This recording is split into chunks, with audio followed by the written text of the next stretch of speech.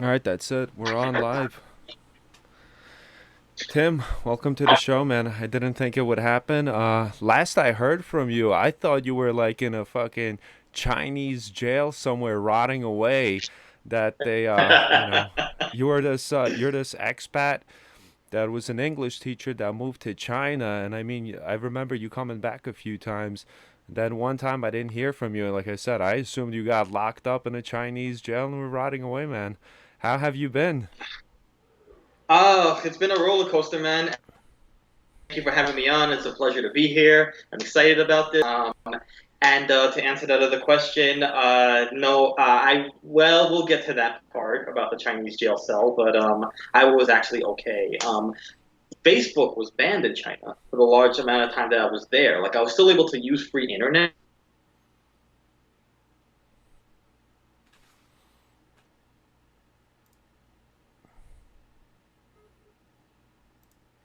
So we're having some technical difficulties.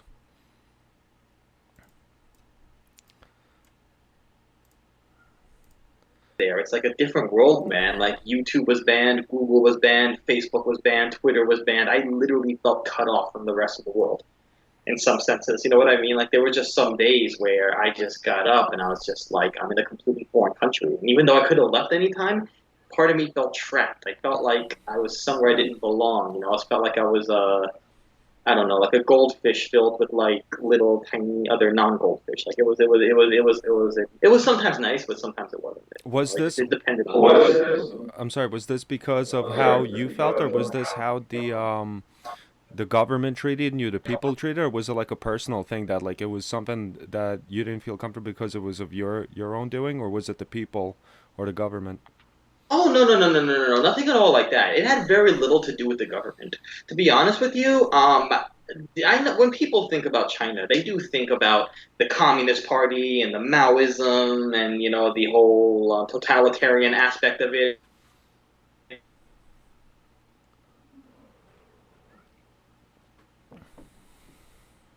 Like you're dealing with normal people when you meet people, and there's normal people just trying to get on with their lives. And to be and while we're talking about the subject of government and economic policies, man, I'll tell you that actually China, in many ways, it's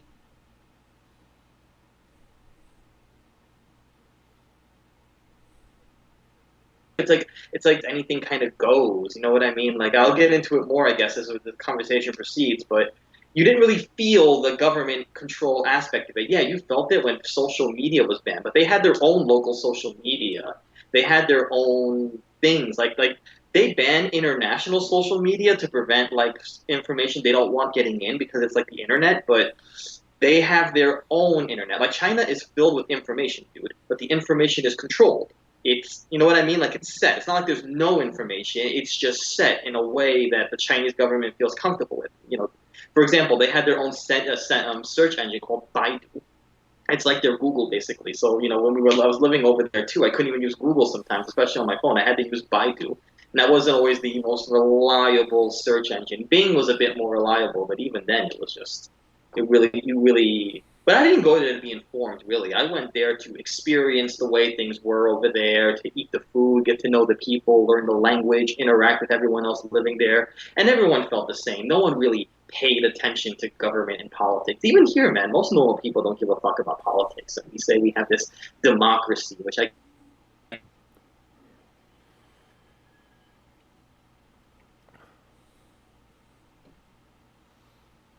fucking Senate or and you don't care about politics. Any country you go, the vast majority of people don't care about politics. Either you're really interested or you like work there, you know, you're a politician or you work for a news organization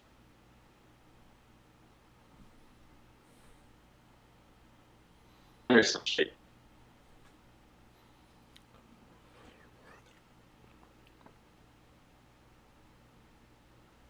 Hey Jonas, you there, man? Yes, sir. What happened was you just cut out a few times.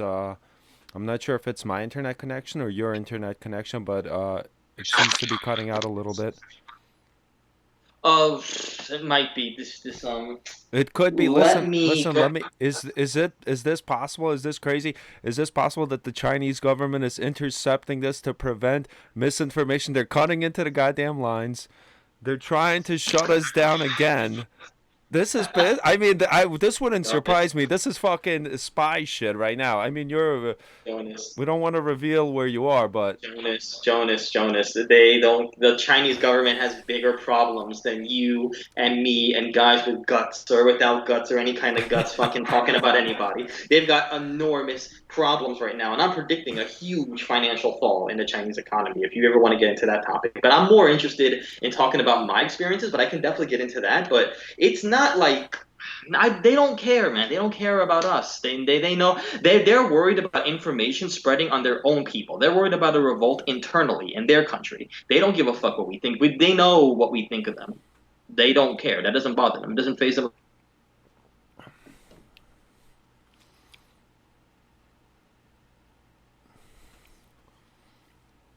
let Hello? me see. Yeah, yeah, no, I hear you. It just keeps cutting out a little bit. Most of the time, it's fine. It just cuts out for like a few seconds. Let me see if there's anything I can do. What we can do? Let's see.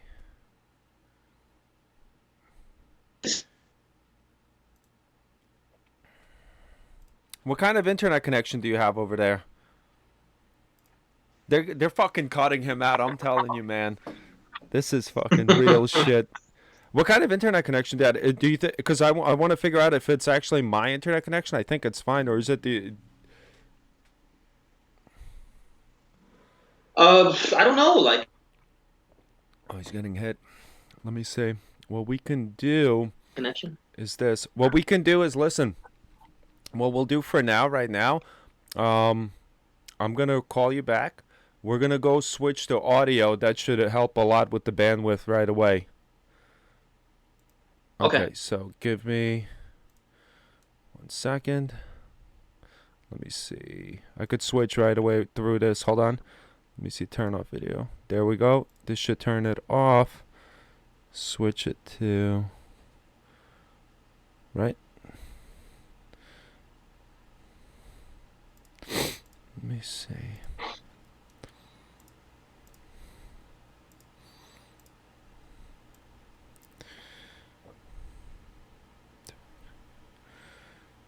Okay.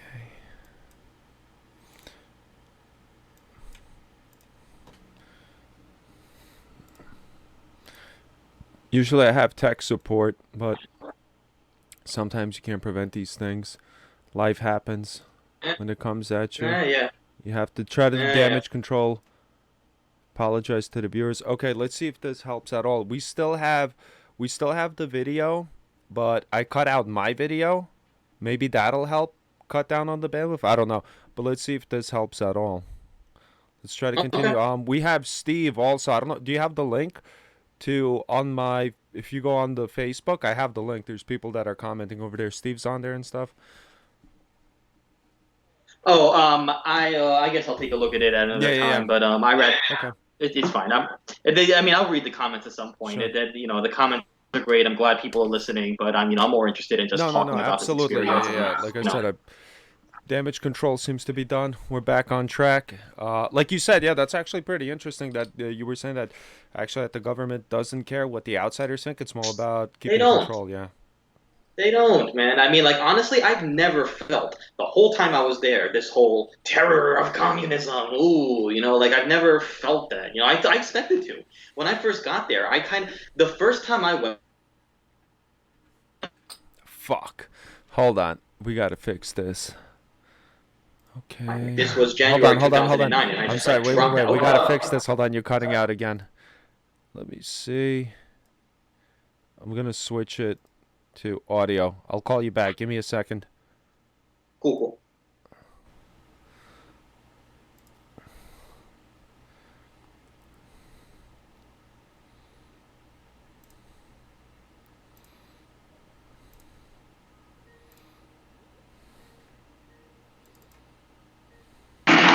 You Yo. can you hear me? Yes, sir. All right, so I'm not gonna put my video on in case it's my internet, and my internet's a piece of crap all the time too. Sometimes, well, sometimes. So I guess maybe it might be on my end. Well, Sure. Hold on 1 second. Let me just make sure. Trying to shut. this TV out of here.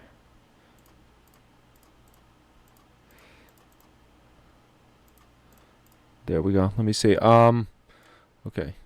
Steve or somebody in there. Can you guys hear him? Is there feedback or no? Is everything fine? Is the audio okay now or no? Let me see. I just want to know somebody in the group chat to let me know if everything is okay now. I'm just asking people in the group chat to let me know if everything is fine.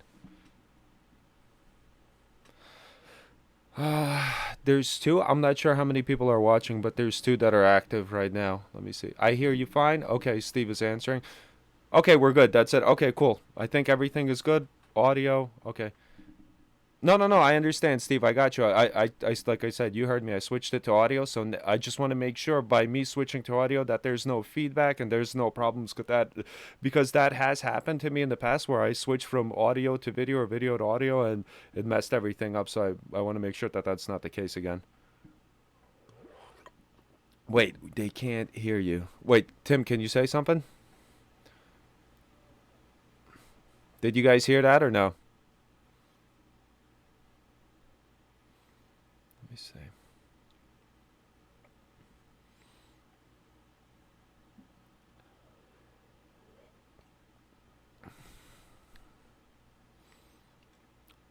Hold on, let me see if they heard you or not.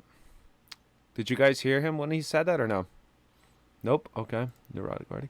Okay, it's probably because I had this. I think now. Okay, Arthur's on there too now. Okay. Okay, I think now they should be able to hear you. Hopefully. I'm gonna go to my workstation where I do my artwork. Okay. I don't mean I wanna come in here because the baby can hear me from here, but at this point I got no choice.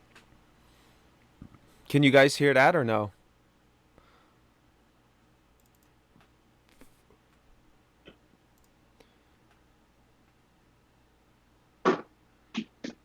Nope. Okay.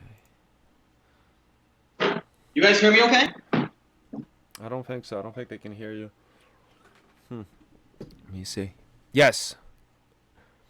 Oh, okay. Now they can hear you. Okay. No, no, no. Okay.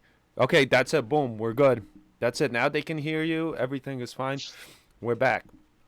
Okay. Let's throw it back a little bit. So you know what I mean. It's fine. I mean, we're flowing now. Everything's gonna be fine. So let's throw it back. You had, you Cool. had no fear. You thought the same thing. You came to China. You deleted all the pictures of your phone before you landed there. You thought they're gonna pat you down, maybe give you a cavity search, something weird like that. But none of that happened. And you said that a lot of other people. You're talking about a lot of. You're referring to a lot of other expats that had the same feeling, right? You're referring that at first they were scared, they didn't know what to expect, and then it was nothing about that. It was just about, I guess, the government wanting to control more their own people and not really giving a crap about like the outsiders as much. Well, yeah. That I mean, I to be honest with you, every time I've talked to other foreigners about politics, it was always kind of a joke, like, "Oh, the Communist Party's gonna come get us," but I don't think anyone took it seriously. But I feel like the first day you get off the plane, you're always like really, really worried that like, hey, what kind of country am I really going to? The vast majority of people that go there, they want to, a lot of them are in their 20s, and like I was, and they want to do something crazy. So they're like, fuck it, let's go to China. Let's see what it's like there. It's one of those things, and you always have that fear in the back of your mind, but it dies off pretty quickly. And it was actually way more fun. And to be honest with you, I felt more free there sometimes than I ever have in the States, dude. In what ways? Well, it depends how you define freedom. Like politically, obviously they're not free, but the thing is, if foreigners talk shit about the government, the Chinese don't really do anything about it. They don't say anything. No one says anything. The times I did talk about the government, no one said anything. Nobody seemed to care. They're like, oh, okay, some foreigner thinks the government sucks. Like nobody cares. But like you can do so much. Like in the West, for example, there's so many rules compared to over there. I'll give you a few examples. And this isn't the best example, but being a young guy going there the way I was, you know what I mean? Like I was going out a lot, right? I was making more money. Like I was making about $2,000, $2,500 a month, and all my rent was paid for. My apartment was paid for. My utilities were paid for. So I had this boatload of money to spend, and everything there is cheap. Like compared to what I was making, the cost of living was so low. So I was just eating out all the time, going out to bars, having drinks and like outdoor stalls and stuff like that. And first of all, traffic is the big thing. Nobody seems to obey any kind of traffic rules at all. Like literally, people just go. Like if there's a spot, they'll cut right in front of you, and they know when to stop in time. I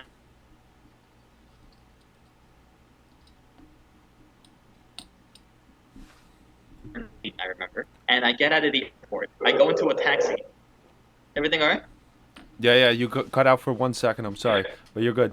You're good. Don't worry about it. Don't worry about it. They're I gonna remember try to keep cutting us, and we're gonna keep intercepting the fucking government. They're not gonna take us down, but keep going.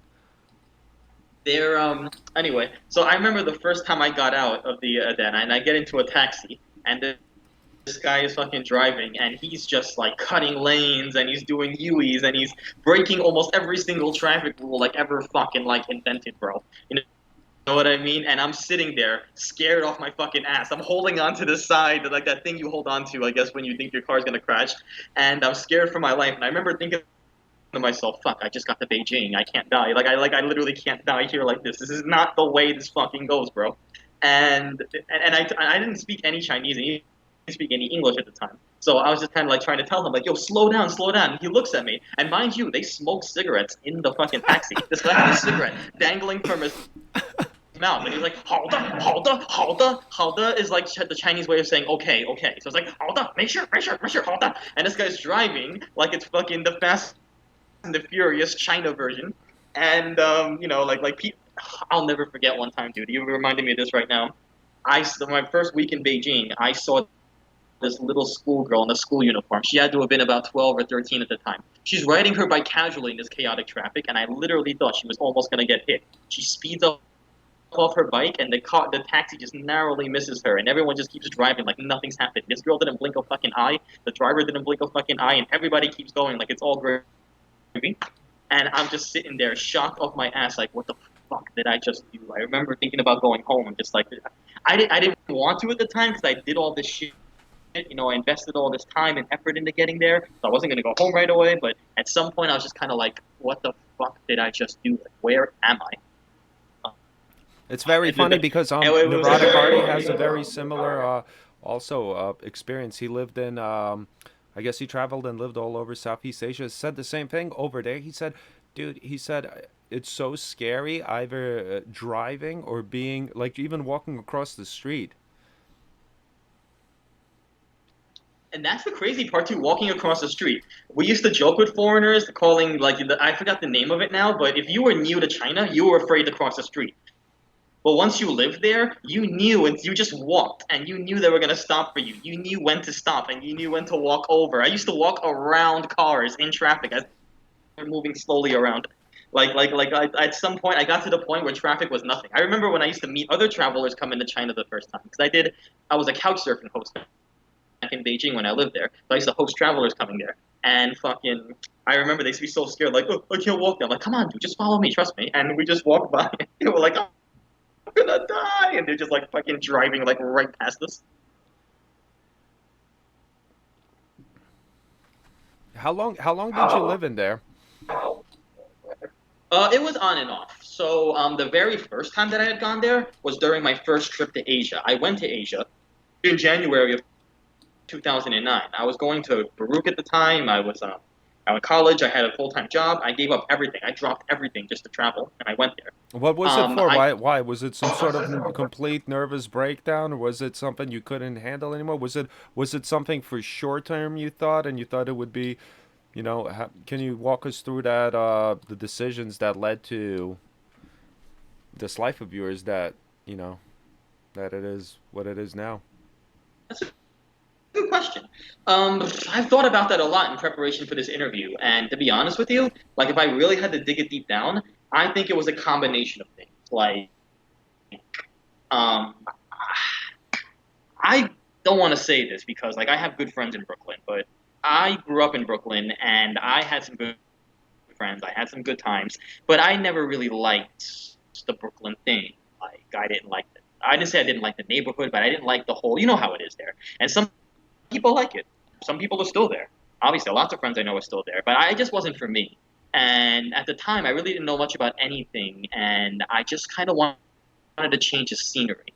I just wanted to do something different. Like a part of me was saying to myself, do I really not like Brooklyn, or I just never seen anywhere else to see if it's any different? You know what I mean? Hmm. Like I had to juggle that dichotomy. Was it just me because I was always in the same place, or should I go to other places and see if other places are really different before I fully assess whether or not Brooklyn is the place that I thought it was? You know what I mean? So, Especially, I would think I would like to add is growing up in Brooklyn, I didn't get my driver license till way later on in life. I feel it's the same for a lot of the kids who grew up in the boroughs, so it limited us like actually traveling, even though it's such a melting pot inside the city. But it's like a lot of the kids that I know even now, I mean, they're not even kids, we're like grown people, but they never get a car or they never get a car, like a license or anything because there's no need for it. And that limits you traveling within United States. Like if you live outside, anywhere outside, I think New York City, you need a car to go anywhere or, here, there we go. Steve just said he just got his license last month, and I think he's like 35, 34. And that's true, and it limits you so much by traveling and exploring. it's not just that too, man. It's like I realized after traveling how different the culture in Brooklyn is compared to other places. Like when I met other people from other states and other countries, it's not that we didn't bond. They just didn't know how to respond to me because my natural way of saying and doing things was so different from how everybody else had done it. You know what I mean? And I noticed that difference huge and early on. I remember thinking, I want to go back to Brooklyn sometime because I felt I could bond with people in Brooklyn only because I'd spent so much time there, my Can whole life can there. you expand on that? What do you mean? Is it like, are you more like, you mean like aggressive, like you're more upfront? What do you mean? Because you're saying, It's you know. for example, a lot of people in a lot of places, especially Austin, are not really direct. We're way more direct compared to other cultures. Hmm. It actually, the Dutch and Germans are way more direct than we are, but we're more direct in a cutthroat kind of way. They're direct more in a more intelligent kind of way. You know what I mean? I hate to say that, but it's true. You know what I mean? Like the way we come off is very, I wouldn't say brash, but they're just not used to it. And that that's the thing I learned early on about other cultures. You might say something and come off one way, but they're going to interpret it a completely different way. So they think you mean bad, but you don't think you mean bad, and vice versa. And I experienced that a lot more throughout the whole entirety of this. It would go on a lot longer, but at the first time I noticed that, like, I wasn't really connecting with anybody. I was saying the right things and doing the right things. Just the way I said it made people very uncomfortable. I would say we were way more blunt and more like this, like to the point, like all right, shut up, to the point, like that kind of. We don't mean to be like that, but it's just kind of like how we are, Right. and a lot of them didn't really appreciate that. They didn't say it, but I feel like you can always tell what a person's thinking from their face. The face will tell you everything. The words will lie, but the face will always tell you everything. And from the faces, I've always read it that it was just a level of discomfort, not a dislike, but a level of yo, I don't know what to say to this kid, and I want to spend the little time I have with people I feel comfortable with and not this kid. You know what I mean? So like kind of got to that point. So let me ask you a question. Okay, so you're living in Brooklyn. You're like, I want to change the scenery. Why not go to Pennsylvania, Jersey, somewhere? You're like, let me go to freaking the furthest place away and a place that's communist. Like, what the hell led, like, go anywhere else, but like China, I could understand, like, let me go to Florida, let me try this. You're like this, you know what? Screw it. Let me go to the craziest place. Not, I mean, Africa might be a little crazier, but still, I mean, China is like wild, man. I mean, did you have friends who, like, what was it about China? Like I guess what you found out that there's an English teaching job, right? Because I had other friends who did that. Was that what it like? You know. Oh, I can. Oh, definitely, definitely. That's a good question. So it started off with Asia. At first, it was going to be Europe. I wanted to go to Europe for years anyway. I hadn't really gone out that much for a couple years at that time, and I studied really hard to get into a good school. And without all that, I learned a lot of different things, and I got curious about Europe because our education system's so Eurocentric. We teach our kids Europe's the best or whatever, and I was really interested in going. But then here's what really hit me about that. I should say, now it's coming to me now. I was determined to go to Europe at some point, right? And I remember back in '07, summer of '07, I believe, I went to see my cousin in Quebec City. I went with my brothers and we went to visit him, and he got me into the traveling thing. I never told anyone because I couldn't tell anyone that at the time. I felt like, But I had a long conversation with him, and he introduced me to a lot of different stuff. He traveled a lot, and he showed me his pictures of trips to Costa Rica, the fucking Czech Republic, to Hungary. He went to he went to so many different places, and he had been living in Japan at the time, and he told me how awesome it was living in Asia. And he was just kind of like going on about Japan and going on about Asia, and he'd been everywhere. He showed me the pictures. He showed me all the friends he met. He told me all these ideas and stuff that people did around the world that I thought was bullshit, that I didn't really believe was true. And he piqued my curiosity. And I remember I told him, like, yo, if you're still in Asia and if I can save up money for it, can I come visit you? I wanted to see what it was like. So I said, let me try it. Because it seemed to work out for him because he was there that summer on a break visiting his family. He still had a job back in Japan. He was an English teacher in Japan, an ESL teacher. And he was gonna, he had a girlfriend there who's now his wife. They got two kids together. And he told me about that. He's just kind of like, yo, it's awesome, man. You should go. So I thought about doing it. And at the time I was working. I wasn't paying any rent. I had no overhead, and I wasn't never going outside. I had all this money saved up, and at the time I decided was kind of sudden. It was kind of like a lot of shit started happening. The recession came about, and things just started kind of taking a bad turn in my life too. So I kind of just said to myself, maybe now's the time to go. Like I'm in my 20s, I don't have kids, I don't have responsibilities. If this is gonna happen, this has got to happen now because all I'm doing is studying and working.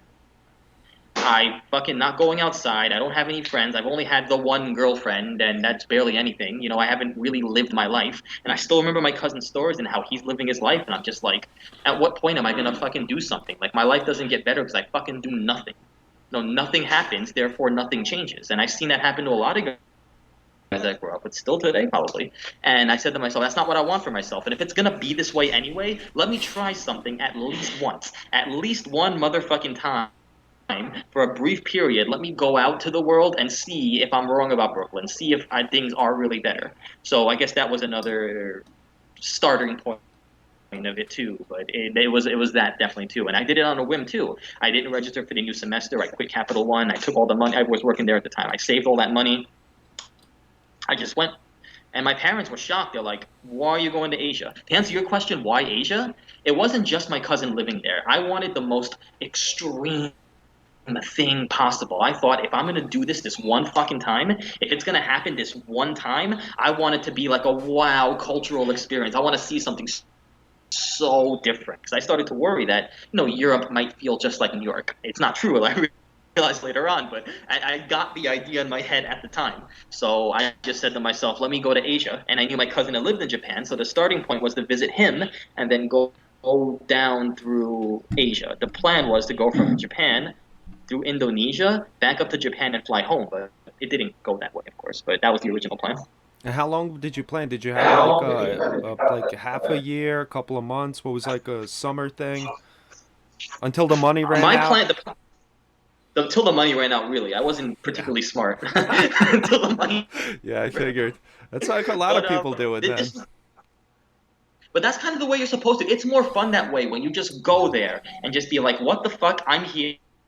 Let's see what's up. I went there with that mentality, and that's what made that fun, bro. Yeah. I just went there like, yo, what's up? I'm here. Let's just see what happens. Yeah. And it was good. It was bad, and it was ugly, literally. But I appreciate every single aspect of that because every single aspect taught me something important in my life, bro. We'll get into that in more detail, but definitely the one thing was like I wanted a change in scenery. I thought at the time this is the only time in the whole lifetime I'll be alive that this will fucking happen.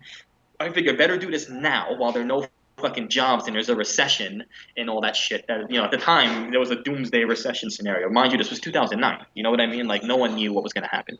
So I just thought, let me just do this now, and I did. And I still don't regret it. Absolutely. I don't think you do because a lot of people they live, lives of regret and sadness and stuff like that. I mean, like, dude, you have this one life. You first of all, you never know when it's gonna be over, and like, dude, who's happier? You actually doing what you want to do, or being some old bastard working some job and thinking, what if? Why didn't I do what I wanted to do? And living and just being miserable, or I settling mean, for something that's not what you want.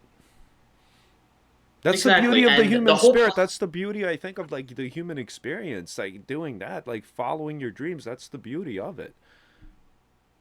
For sure, bro, for sure. The most important lesson about travel that I ever learned from anybody was from a German couple. I remember when I was in Vietnam, I met a German couple, and they were bored as fuck. I was having an amazing time in Vietnam, and they were bored as fuck. And I remember I asked the girl one time, I'm just like, yo, I don't mean to butt in your business. Like, your feelings, your business. But how can you be bored? Like, you're in Asia, right? And she's just kind of like, you know what? When it comes down to it, sometimes when you travel, you realize traveling's not for you. And then I understood at that time that even if traveling's not for you, you still have to go to travel to realize that it's not for you. Because you're always going to be dreaming about it. But when you go there, you can either realize it is for you or it isn't for you. But without the action, there's no real understanding of it. You know what I mean? Hmm.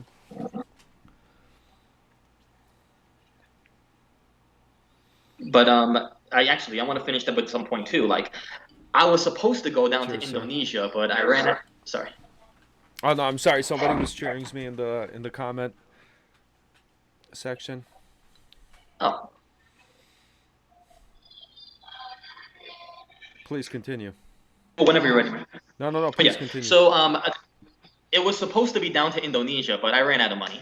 I was having such a good time, bro. I was going out. I was meeting people. And now I told you that a lot of people were turned off by like my mannerism, but not everyone was. And that's another important lesson I learned too. I feel like when we meet new people, sometimes when you meet a person for the first time and they tell you to go fuck off, you get like shattered and you're like, okay, fuck this. I'm not talking to other people. But if you keep going at it and people keep shutting you down and you stop caring, you're bound to meet people statistically who do like you for who you are because everybody looks at things differently. So eventually I just kept rolling with it, and I made friends. I found people who liked the way I was and the way I did things, and we had a lot of drinks and we had a lot of good times. And if you want, I can go into details about some of the countries. I ran out of money around the Cambodian border, and I had to use my credit card to fly home, and that turned out to be a bad St. Patrick's Day, as Steve will tell you later on. But that's another story for another day, man. But I had fun doing it. But at the same time, it was just like it was a whirlwind, bro. Like it was like a lot of stuff coming into me at once. But yeah, if you have any questions about like other stuff in Asia too, I can answer. But it was fucking epic, man. Sure. And if anybody in the chat as well has any questions, I could read it out to him. Anything like that. I'll answer anything, bro. This is my tell-all, basically. No, absolutely. Yeah. Okay. So what's the so just walk me through when you started running out of money, I guess. So first of all, you went there. It was just a culture shock. You're just partying most of the time, living in what, like hostels, I'm assuming, right? Because it's cheaper, eating like the cheapest food, hostels, meeting other people. I was jumping from hostel to hostel. When I went there, I went with my cousin, and I don't want to say anything about my cousin because I put him through a lot. And to be honest with you, I was so scared and nerve wracked, it made me a bit irritable, and he had to kind of bear the brunt of that. You know what I mean? And so I not really irritable, but I was like nervous about everything. I was just scared because I had nobody. I was just like, there was just me, and I'm like, I'm half another fucking country, halfway around the world. I'm like, what, the first feeling I remember having getting off the plane, I was here now landing in Tokyo. I woke up after a long sleep. I'm just like, I'm in Tokyo. What the fuck did I just do, man? I need to go home. Like, I literally, before I was landing, like, why am I in fucking Tokyo? Like, what's wrong with me? I'm an idiot. Like, I dropped out of school. I have no job. What am I gonna do? I land out there. He picks me up, and Japan just blew my fucking mind, bro. Japan is way more 21st century than any country that I have seen with my own two fucking eyeballs, bro. Like, it is the whole tech Japan thing is real, man. I mean, the door. I never touched the door and opened the door by myself, except my cousin's front door. Because it was like an older house. Then, since I've been there, like everything opens for you. Even the toilets, I got the toilet thing wrong. I remember when I had to use the toilet. My cousin explained a bunch of buttons to me, and I was just confused. I was just like, okay. I push one of the buttons, the water squirts my ass, and it gets all the way up to the back of my shirt. The back of my shirt was soaked, and I walk up, open up the toilet, and there's still water squirting on his bathroom. And my cousin was like mad. Like, I thought he was gonna flip the fuck out. I was like, fuck, how do I do this? I pushed the same button that I thought that I pushed the first time, and I thought I was gonna turn it off, but the water keeps splashing. And eventually, I figured it out, and I had to mop his bathroom, and I didn't tell him it happened, but it did. So, I mean, what else? Okay, I have somebody has a question. Perhaps can we hear about a crazy night out in China, like one of the bar experiences? I've heard also. I remember there was like some fights that you mentioned that happened or something like that. Oh my God. Where do I begin? Oh, you pick one. Before I get into the fights about China, and you know what though? I didn't want to bring this up right away because every time I bring it up to people, they think that China is all bad. There was great times, but yes, there was a lot of that. Actually, before you begin, I'll tell you. this might actually tie into another question another person also has with the crazy night. Somebody wrote, actually Arthur, he said, I heard China is one of the most unwelcoming countries to tourists, from big No visa way. fees to No fucking way. racism. Did you No way. experience any of that?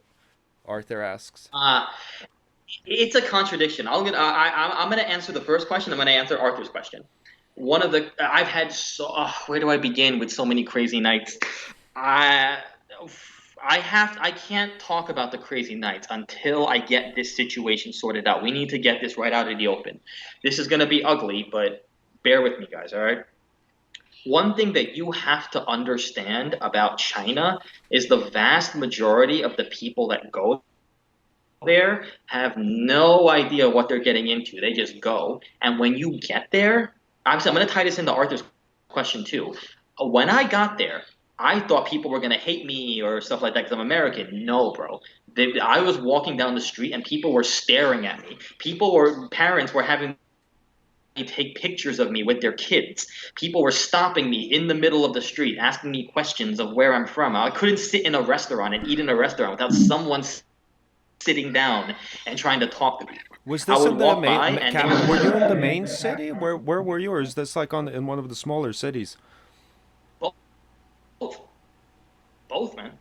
Even in I the main mean, cities, even you in go the to these large places cities, there, they're shocked by yeah. seeing tourists. At the time, yeah. Maybe now, not so much, but at the time, this was 2009. At the time, yeah. Even in Beijing, because the first city I went to, I'll tell you, the first city in China I went to, technically, they don't consider themselves China, but they are Hong Kong. After Hong Kong, I went into Shenzhen, which is a city I lived later in 2017. But I went to Shenzhen, and then I went to Guangzhou. But in those cities too, like people were stopping their meals and looking at me and saying hello. People were inviting me to drinks to sit down with them and drink beer. And people were just stopping me outside, asking me questions and giving me to take pictures with their kids. When I took the train throughout southern China, I was the only foreigner sometimes, and there was crowds of people surrounding me, listening to what I was saying. They didn't understand, but the one English speaker would come and talk to me and translate for everyone else, and everyone listened with such curiosity. And people were staring at me like I was the fucking Mona Lisa or something. You know what I mean? Like it was so wild. And at some point, when they were surrounding me, I thought I was gonna get jumped or robbed or something like that. But no, That's the man, it was Brooklyn attitude nothing right but there. friendliness. Exactly, man. There's nothing but friendliness there. They sat down with me, invited me to drinks, and the guys wanted to invite me for drinks, and the girls loved Westerners. Like that is a thing. That is a fucking thing, bro. It's not like you know what I mean. Like even girls that I would never be able to get back home. My wife, for example, like just fucking, they just loved. It was the closest I ever felt like to being a celebrity. Like when I was there, everybody treated me like I'm the fucking man. Like I'm fucking not Brad Pitt, but like I don't know, like how regular people would treat Vin Diesel if you saw him in person, right? You see him on TV, you think nothing, but if you met Vin Diesel in person, you would be like, whoa, right? Well, they kind of looked at us like that. I swear, it sounds made up, but it's not. The honest to God, on my daughter's life, it's the fucking truth, bro. Like people looked at me like I was a fucking movie star. Like I treated like a movie star. People paid for my food. They bought me drinks. Guys took me out to clubs and introduced me to girls, and I was just all over the place there. And oh, it happens to a lot. If it happened to me, it was definitely happened to a lot of foreigners. And when you live there and that constantly goes on, and you're cut off from your real life and your real life at home, you start to get in your head that you're the fucking man and that you're bigger and better than you really are. And that's when the fights start. That's when the foreign drama starts. Because a lot of foreigners, especially when you can't speak the language, you have no choice. Either you learn the language or you talk to other English speaking people. And there's so few of us there that we form this foreign community. You know what I mean? We're kind of like the immigrants of China in a way. You know what I mean? Like I understood why back then that immigrants stick with each other because you don't know the language, you don't know the culture, you're not at home, and you just stick with your own kind, I guess, in a way. And plus there's so much drinking, and the thing about alcohol too is alcohol starts most of the fights because beer is cheap. Beer is like about $1.75 equivalent to US dollars, and there's no tips, and you can drink it anywhere. I've drunk beer in a fucking train station in China, no joke. Like literally on the train, I've sat drinking beer and nobody said a fucking word. Mainly because I was a foreigner, but also like it's one of those things in China, drinking on the street where it's not illegal, but it's looked down on. But when you're foreigners, they don't care, and they expect it from us actually. So like at the time I was there, it wasn't that big of a thing. You know what I mean? Like I was making all this money, had all this attention, and there's just this license to go fucking wild. And a lot of guys who were normal guys like me just went fucking wild with the false fame and then all the drinking and all the intoxication and all the women and just everything, man. It drives you nuts, which is one of the reasons I left. I did it for so long. I said to myself, I'm not even Tim anymore. Like I was being a completely different person over there, and I'll get into that more later. But I was just kind of like, yo, get me the fuck out of here. Like I'm this regular guy from Brooklyn. I'm a normal guy. Like I don't, this isn't me. But not at the time though. The time, the first couple of years, I was running wild with it. You told me Arthur ran wild, and I'm sure it's for more or less the same Oh yeah, reasons. man. You know, Yeah, he shared it some might be stories for with more or me. less the same. I've been to Thailand. If he went there, I can imagine what happened to him. I'm going to talk about Thailand when you are, but let's Oh do my! China first. Can you share some stories, please? I don't know. He's a little bit resistant to share them on the podcast. Maybe I don't know. Maybe you could share some crazy ones. I don't know, man. I mean, I like for Thailand, it's even worse, man. Because like for Thailand, like the first time I went was in Bangkok, and the foreign party place is the Khao San Road. I'm sure Arthur knows the Khao San Road, but the Khao San Road is like the place that foreigners just go and get fucking shit faced. And I was there, and I got robbed actually in Thailand the first week I was there. So I'll tell you what happened. I'll now come clean with it. Actually, you know what? I'll kind of leave you guys in a little bit of suspense. Let me take a quick bathroom break. In 2 minutes, I'll come back and talk about Thailand. If that's cool. Absolutely, sure thing. Sure thing. I hope I answered the questions, by the way. I don't mean to drone on. I feel No, no, no, no, no. like I'm Listen. droning on, kind of. No, no, no. Of course, you got it. You say. Okay. Actually, you know what? I'll be right back 1 second too. I'm gonna take a bathroom break and get more beers. Give me 1 second, guys. I'll be Cool. right back. Cool. 1 second.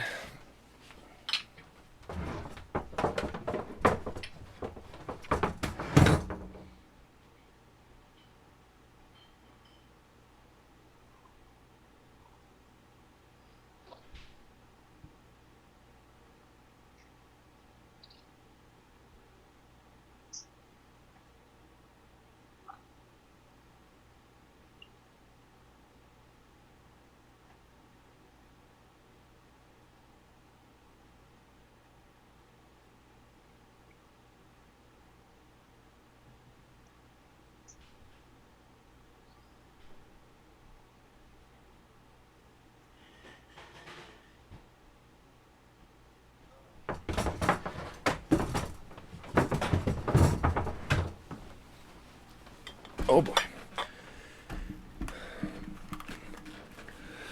Let me see. If I knew we were doing this today, I would have brought a 6 pack. You guys have any more questions while he's taking a bathroom break? I would have ordered a few dozen White Castle burgers. Yeah, shoot out some questions before he comes back. I also have a bunch of questions I want to ask him. It seems like this is, dude, it's okay, Arthur. You don't have to call out, man. This is gonna be like a running series. Like you could see, he has so many stories. There's no way I'm gonna be able to cover this in one time. This is gonna be like an ongoing thing for like forever. It seems like. Okay, so he wants to hear the mugging story. Yeah, scams. Arthur ran into so many scams too. That's what I wonder. I wonder if it was actually like a mugging or a scam. Drug use in China. It's a good one in China. I wonder how down low it is. I know there's a lot of drug use in the other Asian countries, but like in the Philippines, I think Arthur was saying they get like it has to be like very down low because they lock people up and stuff. Okay. You. Hey, okay. So let me see. More questions lining up. So let me see. Somebody was asking about drug use in China. We could hit that later, but here, everybody wants to hear about how many scams you ran into, and you said that you got robbed. Now, did you get robbed or did you get mugged? Because Arthur had scams happen to him, but I don't think he ever actually got robbed. But he did get he got like scammed. Like, it's the funniest story. Are Let me there just tell tuk it, and tuks? you'll decide if it's funny. Are there tuk tuks in China? I don't think so. But No, I didn't see many tuk-tuks when I was there. It was a lot of taxis, and taxis are dirt fucking cheap, man. I mean, like, it was usually just taxis for me. There were like few small places where there were tuk-tuks, but not in the way they're Southeast Asia. They're all colorful, and sometimes the guys blast. I was in I think I was in Pattaya, I guess, and this guy was blasting like reggae music on the tuk-tuk that I was in. I'll never forget that. It was fucking hilarious, and he was like smoking, and he was driving while talking to me. I'm like, dude, keep your eyes on the road. And he seemed totally cool, just driving and turning his head and not focusing on the road. I'm like, damn, dude, you a G for fucking driving, oh bro. my god. Okay, so let's get back to But it. So was it a mugging? Was it a scam? Or was it a multiple? Was it combos? Did you get? a little context. When I this in 2011, I had lived in a small Chinese city where I was a teacher, and I finally got my students were off for the summer, so I got a summer break, and I had all this money, so I decided to go to Thailand. I'd never been there before, so I went there actually in August 2012, and my contract was up for that city, so I was going to move to another city not that long after. So I decided to, before this summer was over, let me just go a trip to Thailand. I go there at the time. I really was felt bad because most of my trips to Southeast Asia involved talking to other white people or other foreigners or other people from Western countries, and I wanted to get to know the local people. You know what I mean? I felt like, let me know like the people here. You know what I mean? And people in China have been so nice to me. I felt like in Thailand it'd be the same, but it's different, man. Like when I went to Bangkok first. And I said to myself, the first guy that approaches me, I'm gonna be his fucking best friend. So the first one guy approaches me while I'm eating noodles at a noodle stand one afternoon, and we hit it off, like you know what I mean, like we're talking, we're cool. And then he's like, "Oh, you want to come to my house and meet my family?" And he said he was his family man or something like that. So he fucking takes a taxi, makes me pay for it because he says, "Oh, I'm poor. I'm from Thailand. I got no, jobs are bad here." And I was like, "All right, fuck it. I don't care. You know what I mean? Like, I want to chill." So I fucking go with this guy. It's like an hour and a half taxi ride to like this small ass place. I don't even think I was in Bangkok anymore. He drives me up there and he fucking comes to me and I go into this small little like house and there's like this woman and this guy and they're smoking cigarettes and they're playing cards. So I'm just there, right? And he's always behind me too. And I'm like, why is this fucking guy behind me? Like I was thinking, like I got a bad feeling about that the minute he asked me to pay for it. But I'm over there, and I'm trying to be cool the whole time, man. And like you're American, like wow, you must have a lot of money. I'll tell you what, man. Let's play a high stakes game. Let's play a high stakes poker game. And normally I would have said no, but I'd already been drinking so much, like on the way there, because you could drink at taxis too. And I was just kind of like, yeah, let me have a Bangkok poker, because I'd watched The Hangover. I had that hangover vibe because the movie was kind of new back then too. You know what I mean? So I was kind of like, yeah, let me do this. And so they kept the game just I don't know. Like I never played cards. It just seemed rigged. I just seemed like I kept owing them more and more and more money. And then I kind of just hit me what I was doing. And I was just kind of like, yo guys, listen, I gotta go. I'm not comfortable. And they're like, no, stay. You have to stay, man. You owe us money. And I even knew it. It didn't even seem like we played cards. They just kept throwing like flipping cards on the table for fun. It was like a game even happened. I just somehow owed them money, and it kept piling up. But so hold on. So while And you're more of playing, their did friends. you actually have money that you were putting on the table, or they're just like, let's play, and I, they're making up what you owe them, and you don't even know what the hell is going on? I think I'm pretty sure they were making up what I owe them, to be honest with you. So like, you know what I mean? And I hadn't actually put my cash in a bank. Like I had a lot of it. I had some of it with me, a lot of it, and I was scared about that too. Like, fuck, what am I gonna do? And more of it's like, oh, we have some friends coming over. They want to meet an American. And more of these quote unquote friends just kept coming and coming. And eventually, at some point, I felt like I was surrounded. I was like, fuck. So they didn't tell me directly, but they're kind of like, you owe us money. How much you got? And I thought I was just going to get jumped. I was in the middle of nowhere in this fucking, what seemed like kind of a village. And I was like, fuck. So I just fucking gave them what I had. And I remember as soon as I put the money down, I just walked out. I thought they were going to chase me. I'm just like, fuck it, let me just walk. Let me just How keep much? How walking. much Just did you take, put I down? forget, I forgot the number now, but it was a lot of what I had. And I was like, fuck. I figured if I put the money on the table, they'd be so happy about that they wouldn't focus on me. And as soon as they all just looked, they were like vultures to it too, man. Like vultures to a corpse, man. They were just looking at how much was in there. And I just walked out as soon as they looked at it. I pretended to use the bathroom. I walked downstairs, I walked out, and I took the first taxi I could. Smart. And I just kept walking and walking. I was just like, I thought they were gonna chase me down and ask me for more money and shit like that. I was just like, fuck me, man, come on. And like I was so mad about losing all that money though, because I was having such a good time in Thailand before all that happened too. I was really bitter. I never was friends with the local people after that incident. You know what I mean? Like I realized why now at that point no one wants to be friends with the people there because it's hard to be friends in poor countries when everybody's trying to rip you off or rob you. That doesn't mean they're bad. I mean, it's a poor country. They've got nothing. Like I kind of get that, but at the same time, like I needed that too. You know what I mean? Like I'm a person, and I don't feel like you should just take what I fucking have just because you're poor. I don't feel like that's a good enough excuse. I'm sorry, but in any event, that not being said, like I don't know. I was very bitter. I was bitter about. I'm not as bitter now as I was back then about it, but I just said to myself, the first time I've ever talked about it too. It feels good to talk about it, but I was just kind of like, I was more embarrassed about myself. Like, fuck, man, you know? Because if I just done what everybody else, I was making fun of other white people and foreigners for being friends with other foreigners, and at that moment it hit me why they do that. You know what I mean? Like I realized I can't be friends with people who are trying to rip me off. You know what I mean? Like a lesson I would take with me for the rest of my life to this day. But I remember I was so jaded by it because I really wanted to make friends with the local people and show them, yo, listen, I'm a guest in your country. I want to make you feel like you're welcome and embracing my friendship. We're all humans, rich or poor, no matter what nation, and I want us to like all embrace each other. Like I really had that mentality back then. And for me to get fucking used like that and robbed, I was just like, fuck this, bro.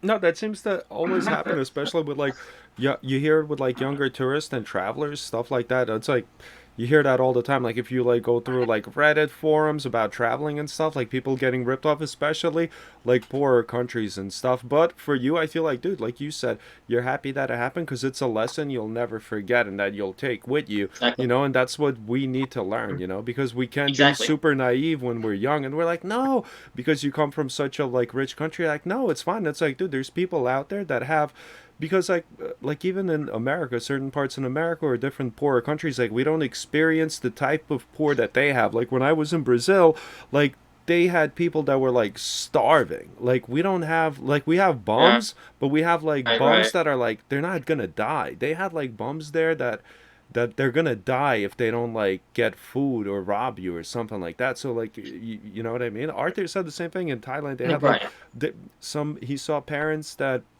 or he heard stories of people blinding their kids or something like that so they would get more money from begging. We got bums with cell phones, Steve said. Exactly. But I mean, like, I'm not really mad that that happened like that because if I were in their situation, I would do anything I can to get money if I were starving. Like, I completely understand that part. What kind of got me was the fact that I literally opened my heart to really try to do that. But in their defense, who am I? I'm just another fucking tourist whipping out his wallet, right? So the way they looked at it, like, yo, fuck this guy. You know what I mean? Like, so I kind of get that, but I felt like I really, and there's no way to tell. You can't read anyone's mind. So they had no way of knowing I was sincere. But at that time, I was actually fucking sincere about really like, because and even they didn't have to try to steal from me. I would have paid for some of their dinners. I was prepared to really embrace a Thai family and have a dinner with them, and I would have thrown some money in for it too. Now, but they didn't know that, of course, obviously, right? So I guess the way they looked at it, like, yo, we got to get this guy. So I mean, whatever. So it is what it is. No, I understand, but I mean, dude, in my perspective, it's like, dude, fuck them. It's about survival thing. You know what I mean? I don't think I would do that to another person, but whatever. Fuck them. Let's see what else do we have. Let's get back to some crazy bar stories. What do we got? Wait, where do I? What do we got? Wait, where? What do I got? Where do I? We're going to go back to China and bar stories. I want to tell it sequentially, but I think I'm just going to have to mix this up a little bit. Um, I'm going to sort of talk about some things that I did and some things that other foreigners had actually done. Like, it was really, really bad. Like, the second city that I lived in from late 2012 to 2013, I was in a fight 4 times. Like, it was so bad. And I fought with my roommates twice. Like, it was really, really, really bad. Because here's the thing you have to understand. all that celebrity shit that I was talking about really gets into people's heads. And this is another life lesson this taught me. When you're constantly being told you're the fucking man, even though you're really fucking not, and you're not used to that, and you suddenly have all this friends and fame and all that stuff, it gets to your head so rapidly like a whirlwind that you don't know how to handle it, and you overdo it, and you do things that you normally wouldn't do. Like a lot of the guys that I had problems with and other people had problems with each other, they were nice regular people that were like regular good people, everyday people. But when they got there, they completely changed. They were acting tough, they were starting fights, they were cheating on their girlfriends, they were drinking and breaking bottles. They were fucking with the Chinese people. They were like, fuck you, with the Chinese people and stuff. They were renting motorbikes and crashing it into fucking cars and shit like that. Like, it was like, honestly, man, it was so. I'll tell you a crazy bar fight story that I'd seen. Here's the thing, though, I can tell you about China for sure. Golden rule of thumb at the time back then. There were so many girls that liked foreigners, but the male to female ratio is really high over there. Because I don't want to get into too sensitive a topic in case anyone Chinese listens to this, but the truth is the truth, man, even if it's unpleasant. And because of the whole one child policy and how males are more favorable there than women, the male to female ratio is really high in China. In other words, for every girl you go after, odds are there's seven other fucking Chinese dudes chasing them. And what they'll do often, if you meet a Chinese girl in a club, is like they'll have a claim to her. Even though they're just talking to her, they'll claim that that's his girlfriend. I guess they feel like it's just an easy cop out and they're kind of like, yo, I don't want to argue, get off. You know what I mean? But they'll claim that. And then the girl will be like, that's not my boyfriend. I can talk to whoever I want. And then they argue. And you watch them argue. You don't want to, you don't know what to do. And then, especially when you're drunk too, you talk shit to the guy. And they don't really fight fair over there. I've seen foreign guys like push the Chinese guy because they're way bigger than them, and they get tough because they know they're bigger than them and they have advantages and everyone lets them get away with shit. So they would often come back with like 20, 30 people and then beat the fuck out of them. I'll never forget one night in the city of Taiyuan, there was these two Italian guys, these bigger, bulkier guys, and the girls were fawning on them left and right like they do to foreigners.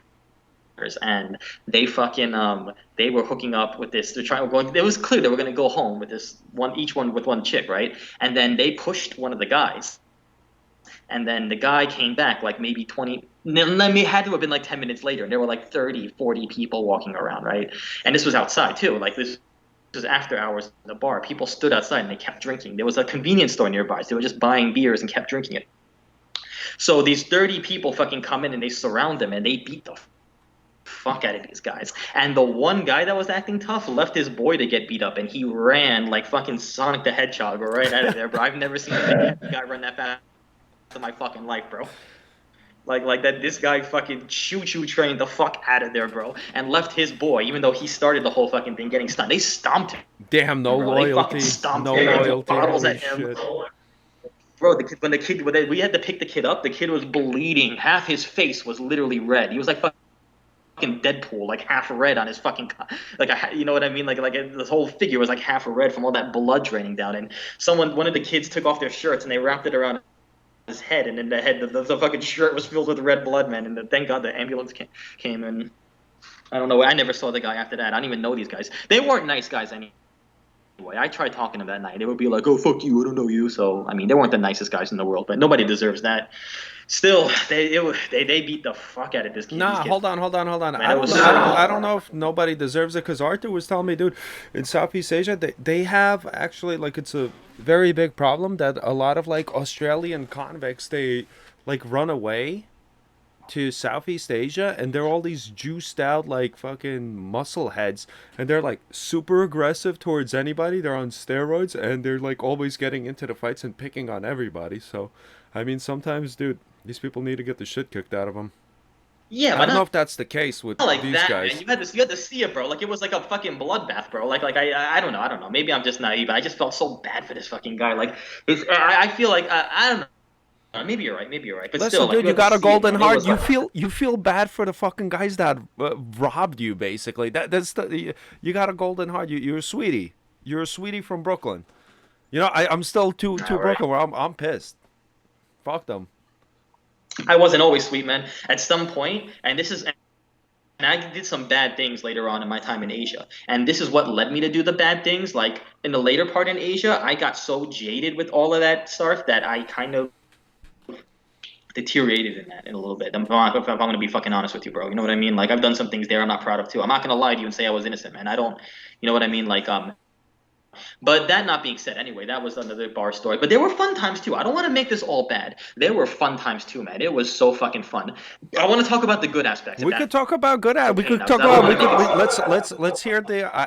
I don't know if this is true. Is this a stereotype? There has to be times you probably came in. Is it true that the Chinese they love karaoke, Oh my. or is this a Yes. stereotype? No, it's not. Let me explain that to you. There is this branch, a franchise, I guess you would call it, equivalent to here, where it's called KTV, literally KTV. It's a karaoke brand, and I've been to some dirty KTVs with literal whores. I mean, I can get into that another time, but most standard KTVs are karaoke We're places, gonna have to get into and the whores. By the way, it's fun. But it was fun though, man. I mean, I would go out, we would be able to like, chug beers on the way walking there. And we would stop in a restaurant, have beers with people. They'd buy us food. And beer too, man. I mean, like there would be some nights where I get out of work in my suit and I come out and I just have beer with the people, laugh and joke, eat food. They pay for all of it. I don't know why. They always just paid for us.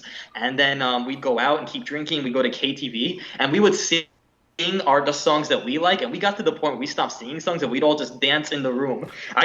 You're talking. I've danced to "Baby Baby Go" and Justin Bieber. That's how drunk I was doing all that, man. As sad as it is to admit, bro, I have fucking jammed to "This Time for Africa," the fucking "Baby Baby Go," because the thing about it is like a lot of the corny pop songs you hear in like shopping malls are like the shit over there at that time. They're like, yeah, man, you ever heard of fucking Justin Bieber? You ever heard of fucking who was the big one back then? Lady Gaga was the big one back then. Especially when you talk to girls, she's like, I like Lady Gaga, and you look at her like, I like Lady Gaga too. Like it's a that was the thing, man. Steve was saying Tim was an angry drunk before China. Arthur Um, also said angry drunk foreigners die all the time in Southeast Asia. Arthur's seen it. well, I mean, I've Steve's right. I've had my episodes of angry drinking, like before I had gone there. You know Hold what I on, mean? but And you are part Irish, aren't you? yeah, There you go. I mean that might explain. I guess I mean it doesn't always happen. I feel like people want to remember, and that's the thing. That's why I want to talk about the good parts of it too. People always want to remember the bad things that happen, and they never want to focus on the good, and then they want to wonder why. They're always feeling bad. Like sometimes you have to accept the bad and the good in equal equilibrium. You know what I mean? But it's Absolutely, true. I've man. Fear had and loathing in even Las before then. Vegas, man. It's a trip. Yeah, yeah. But I've had episodes in and outside the United States of being angry drunk. I mean, yeah, I don't know. I don't know what to say about it. Yeah, I did what I did. What am I gonna do? But I've never, in all my anger and drunk, people have gotten mad at me for it, but I've never done anything really fucking horrible. I think, especially fucking bad while drunk. I'm more annoying when I'm angry drunk than anything, or more like, ugh, I don't want to be around this guy. More than I'm like fucking like I don't know, drive into a fucking store with a car get arrested or something. You know what I mean? I have a question. My wife, she's been in Japan, and how long did you spend in Japan? And is there any stories about getting drunk in Japan? Because I feel like over there, she said that over there that they were very nationalistic over there. Like they had like these places where she would go into a restaurant with her and her dad, and they would like basically the restaurant would be almost empty, and they would tell her like, no, no, no, no, like you can't come in because they don't serve like their kind or something like that. You know what I mean? It was weird, but it's like it's like not frowned upon over there. I experienced that in Taiwan. The My third trip I love Taiwan, by the way. I mean, I had a great time there. But my third trip to Taiwan, I ended up drinking with an Australian guy, and we ended up going to a section in Taipei, which is the capital, and there was a section where there were all Japanese bars, and we couldn't go in if we weren't foreigners. Only Japanese were allowed in there. So that's the only thing I experienced in that. But in Japan, no. I was there for a week. Nobody seemed to really give a fuck if I was a foreigner. And I was kind of following around my cousin a lot. And my cousin, I'm not going to talk about him behind his back, but he's not here to defend himself. So I won't say what he did and how he is, but it wasn't the best experience. But I remember he took me out to a bar one night. My fourth night there, I think, in Tokyo. And he went, I think it was Roppongi, I think. It was the area where all the foreigners go, and I'll never forget it. He's like, oh, we're gonna go. Even though I don't want to say his personal things, but he's kind of like, oh, we're gonna go pick up girls there, man. You gotta see, it's fucking awesome. The Japanese girls are fucking, they love guys. I'm like, all right, whatever. So we go there. He takes me to this one fucking bar. No, he takes me to this one bar, I remember, and there were almost all white guys over there. I didn't see a single like Asian man there apart from the bartenders, and there were like a few Japanese girls. And for every Japanese girl you saw, there were like 4 or 5 foreigners surrounding them. So I remember my cousin ended up talking to one of the girls there, and as soon as he talked, literally in less than 2 3 minutes, there were 4 or 5 other foreigners that kind of made their way into the conversation, and they're all trying to out talk each other and saying, I speak this kind of Japanese, I've been to this place, I climbed Mount Everest, I did this, I did that, to impress this girl. And I felt bad for her. She kept looking at these guys like, what the fuck is going on? And they weren't, she kind of slid out of the conversation, and it got to the point where these guys were drunk and just like kind of just talking back and forth to each other. I'm standing there quiet the whole time, and the girl wasn't even that pretty, to be honest with you. It just kind of like there was just so few Japanese girls there, and I kind of was asking him to leave. He's like, no man, it's cool here, let's stay here, there'll be more girls. And no way, man, it was a sausage fest and a fucking half, bro. And it was like the worst kind of sausage fest. It was the sausage fest where the sausages just sword battle each other, bro, over one fucking chick. Like, it was fucking awful, bro. It was like I was like, oh my god. Steve was saying, he said, laughing my ass off, that's like everywhere around the world. Let me see. Arthur said in Cambodia, they will knife you for not paying for $1 beer. He's seen that happen in Cambodia. Steve has a question. What should foreigners avoid to not get into the bad situations like in these stories? What can they avoid? I guess he's like getting ripped off. I mean, like, I feel like I'll let you answer too, but I feel like from mine, it's like, I think a lot has to do with it, like experience too. You have to, I think like you should, if you're lucky, you're going to get like lessons. It's like the same thing. Like growing up in New York, when you get scammed, when you're walking down the street at first, on Times Square, you see a lot of tourists get scammed, and then you get wise. You just want to hope that the scams that you get, I think, are minor enough that you put your guard up quickly, but you will get caught, and eventually you just want to build up that guard, and you hope that it's not like a big scam that you get caught in, like in your situation where you got lucky. It could have ended up bad, but it didn't, and it taught you a lesson. But I feel like everybody will get into it. It's just a matter of luck. If you're lucky, you'll get a small scam, and then it'll make you wise and smart, because it's like the same thing. It's like, you know what I mean? When you're growing up and your parents, they're telling you stuff and you're like, yeah, whatever. It's like until you experience it, then you know. What do you think? And I completely agree. And you know what? If you have to ask that question, don't fucking go to Asia. All right, because like first of all, you can't avoid that. If you're gonna put yourself out in the open, being out in the open means you're gonna get hit by bullets. All right, and if you're afraid to get hit by bullets, then stay undercover and don't go out. That's like literally the thing about that. Like the part of traveling is bad shit happens to you, but if you will, even if it's like sucks, if you get through it, you're that much stronger and that much wiser. You know what I mean? Like it's going to happen to you. The only way it doesn't happen to you is either you don't go or you stay paranoid about every little thing, and then it's just fucking boring. Because I met guys that did that.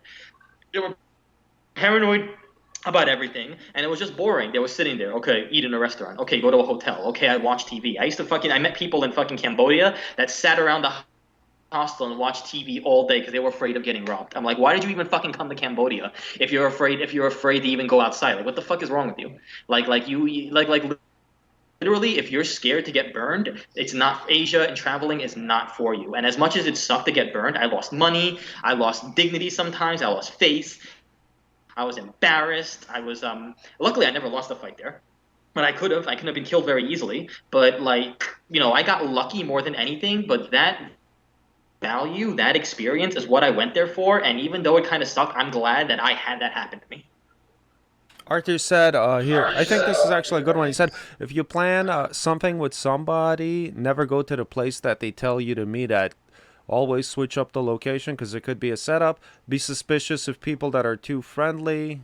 I mean, yeah. I don't know, man. At the end of the day, everyone's got a different personality. every different things. They handle things different way. Life throws different things at you. You take it in a good way or a bad way. It really depends. Like when I talk about me, bro, I'm talking about my experiences, how I handled it, and what I would or wouldn't do differently. You know what I mean, bro? So I can't account for these other advice. If that's the way some people want to do it, it's fine. I'm just letting you know that I was dumb enough to have it happen to me, but not so dumb where I got beaten and killed. I got through it, and here I am today, living in a house with a beautiful wife and a beautiful daughter, and it's a memory I can look back at, laugh at, and motherfucking have a podcast about it. So I'm Absolutely. glad I was able to do it. You will get through it if you're reasonably smart. You can't be too smart, because if you're too smart in a place like that, you're not going to have fun. You might as well stay home or take a nice quiet trip to fucking Pennsylvania, like you mentioned, right? And go fishing with the old men or some shit like that. But not from, I mean, at the time, I would do that now because I'm older. But at the time, I was this wild 20-year-old that wanted something different. And for better or worse, that's what I got, you know? Are you planning on ever going back or anything like that? That's a good question. In the future, if I ever travel, because I'm gonna have my teaching certification not that long too. I'm gonna be a public school teacher soon. What I'm gonna do really is every summer I'm gonna travel to one country, but I'm gonna go as a tourist. I'm gonna do the thing I just joked about, the nice old man restaurant tour, hotel thing. The thing about that is I wasn't just looking for travel. I was looking for adventure. I wanted to do something different before I went back to the same kind of life I'm living now, working every day, paying bills, the same droning thing. So I'm glad I did in many ways. You know what I mean? To answer your question, yes, I would go back. But I want to go back to China one day. I want to go back to certain cities where I didn't have that best of a time, where I could have had a better time. I want to go. I went back to Bangkok a second time with my wife, and I had a great time. I went back to Bangkok to make up for the first bad time that I had. So I definitely want to take another trip there, but I'll go as a tourist, someone that just kind of, lays back, sees the sights, takes the pictures, all that kind of stuff. I have a question. What made you decide to move? You can't when you came back to America. What made you decide to go to Texas? Was it what was it? All right. So I remember when I went back before I had to stay in China a little bit. I was supposed to come back to China early 2016. And actually, you know what? At some point, I do want to talk about Wuhan because I used to live there. I lived there. That was my home for a while, bro. I love that place. Some of my best memories were in Wuhan. I want to spread this podcast out to some of the people that live with me in Asia because I didn't. It wasn't all bad. I had some of the most beautiful, amazing fucking times ever with people over there. It renewed my faith in people. That's how some good people I met over there. So I want to say that right off the bat. But I was supposed to go back in 2016 to America, but I had my wife and I wanted her to get her visa, so I stayed a couple months longer. I came back early 2017, January 2017. Um, Texas was kind of a random thing. I remember waiting for the visa, thinking about like, okay, I'm going back to the States. What am I gonna do? At that point, I was so jaded. I'd become so wise to everything that had happened in Asia that I was done with it. I said I want to go back to a regular, stable life, but let me think stably now before I go back to the US. What the fuck am I gonna do when I fucking get off that plane, bro? So then I asked myself, what am I gonna do? And I said, I can do a couple things. I can live in Brooklyn with my wife and my parents at fucking, I was like, what, 31 at the time? Or I can man the fuck up and just find a way to make my own living. And I said to myself, it makes sense to live with my parents, but at the same time, I have a foreign wife. I brought her into this country. She took the risk to come here. I have to just sort of face the world, the real world, not the drunk Asia world, but the real world, and then just kind of go after it and find that way. And I did. So, but well, my wife actually chose Austin because she had done a lot of research before this too. My wife isn't like your typical Chinese girl or whatever. Like I wouldn't say typical, but my wife has always kind of had like an international mindset. You know what I mean? Like a lot of the guys that date for Chinese girls, they look for Chinese girls with international mindsets. They do exist. They're rare, but they do find ways around that. And I can't talk much about my wife, but she's got an interesting story, man. So I wish I could talk about it, but I can't. But she kind of knew what was going on a lot of things too. So she's like, "Yo, listen, Texas is growing. It's got a good economy. The tech industry is growing in Austin. Maybe you could do something there. If that doesn't work, you could find another way. But don't live with your parents. You're 31. You have, like man up." And she taught me like to face the world. She's like, don't live with your parents, man. Let's just go out and we'll find our way. And I'm glad I did it. Absolutely, it's like the same. It's like I feel like it's the same. In a way, it's the same experience that you did by taking the risk to travel in the young age as you did the risk to coming back to Brooklyn. You did it's like a similar risk. You know what I mean? Yeah, exactly. Yeah. The number one thing I hear from people back home, and I don't mean to down anybody because I have good friends and I love these guys, but the one thing I hear from people a lot is why risk it? No, like, or what's the point? Another fucking phrase, right? Or oh, why do this and stuff like that? I'm just thinking, like, like I know. Here's the thing that dissuades some people. They're just afraid to get burned.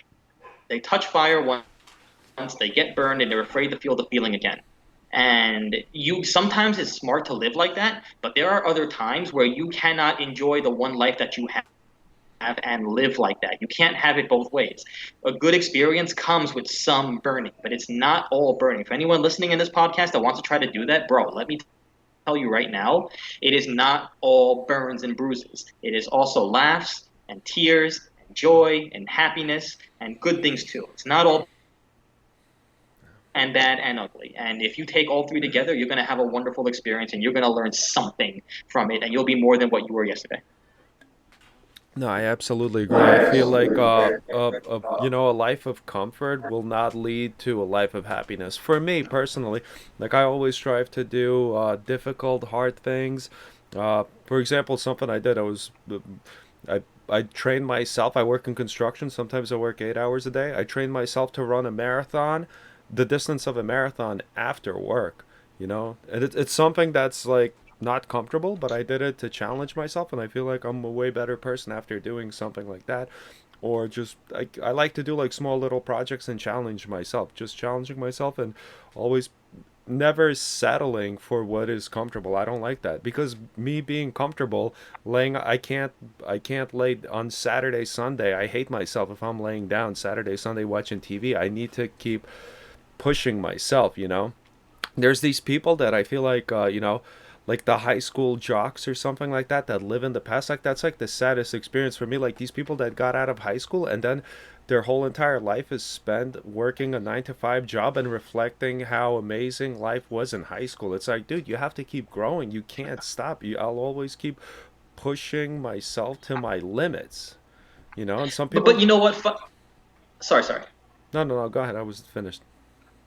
But you know what? Fundamentally, it's the same common denominator. Think about these guys that you're talking about that are reflecting on it. They get to one good point in high school and they don't want to take the next leap after in case that one point gets to a bad point. They want to hold on to that one bad good memory and then stay with it because that's better than having a following bad memory. They're just afraid to fail. They're afraid to lose. And people, this I'm glad this podcast is called Guys with Guts. And what I mean, fundamentally, like guys with guts are people that just that. The guys that are not afraid to lose, not afraid to get burned, not afraid to learn, not afraid to go through the bad shit that have these things and realize there's more to life than what I did in high school or what things happened to me. I feel like people are just afraid to lose, and you cannot win unless you lose first. If you're afraid to lose, you're always going to be stuck like in that fucking mentality, man. And that's part of why I did it too. I did not want that for myself. I said, if I'm going to look like an idiot, if I'm going to get burned, fine. I might look like an idiot, but I'm so much wiser than you people might even fucking imagine because I went through that.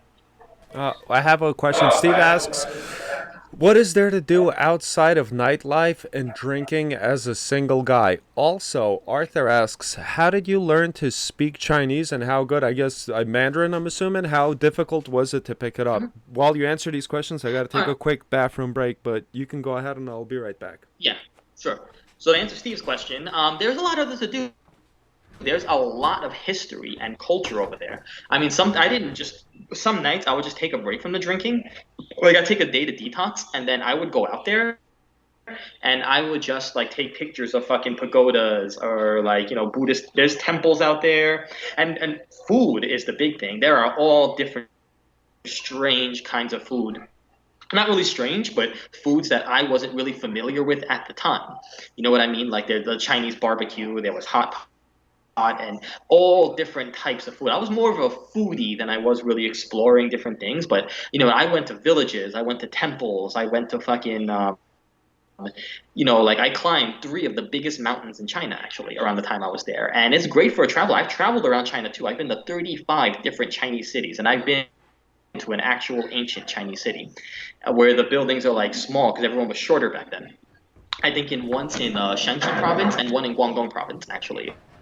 Or I think it was in Fujian province in my last year there. I've seen monkeys in mountains before. I'd fucking seen Buddhist temples, and there was a lot to do over there. I did a large degree of traveling. It wasn't all just drinking. I like to mention that because at the time I liked that, I was excited about it, and people like to hear a crazy story, so I mentioned that. But there was times where I just relaxed. There was some nights where I didn't talk to anyone and I just sat there in my home, in my apartment. I did nothing. So it was a mixture, and there's a lot of that. If you're a foodie and you want to try different foods, China is a great place for that. But there's also lots of history and lots of culture over there. There's like a long ancient history over there in China. So, and to answer Arthur's question, how did I learn Chinese?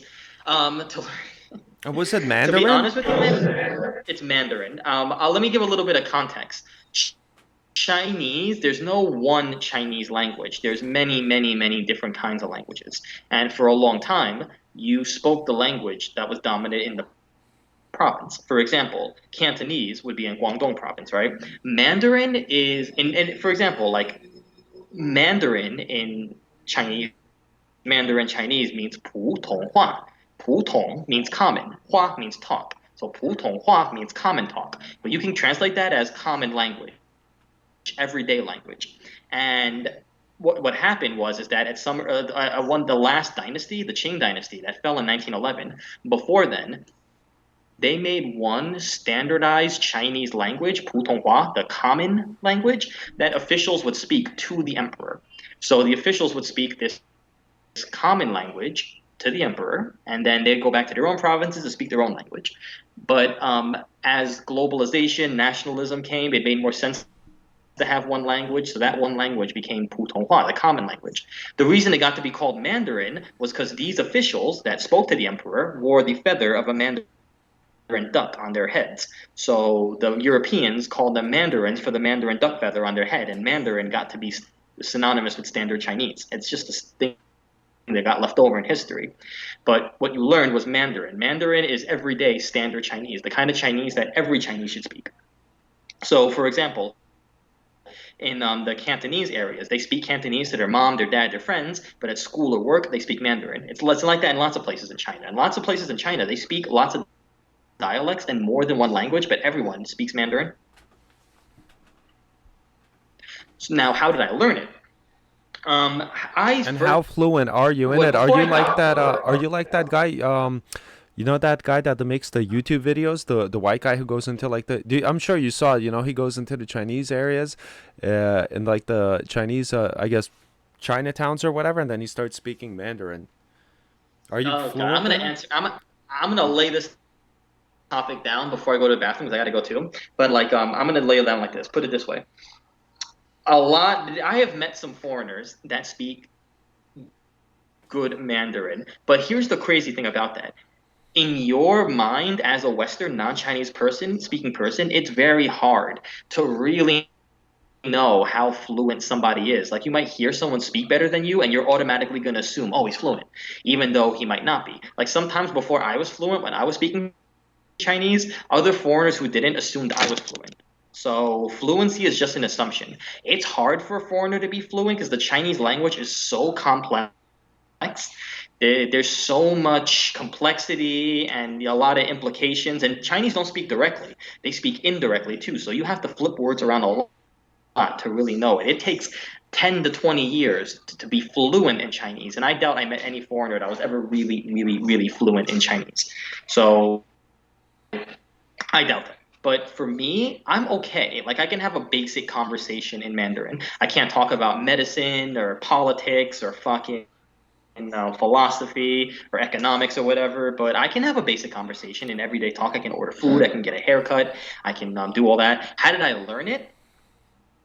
Necessity. Necessity is the mother of fucking invention, bro. It is the mother of fucking invention. If you're gonna ever learn anything about learning a language, and these apps will never tell you that, it's necessity. You cannot learn to speak a foreign language unless you go there. Because when you go there, you're constantly hearing it. You're constantly thinking in the language. you have to use it. It's like a tool. It's like any other tool, right? If you use the tool a lot, you get better at using the tool. If you don't use the tool, then you're not going to get better at it.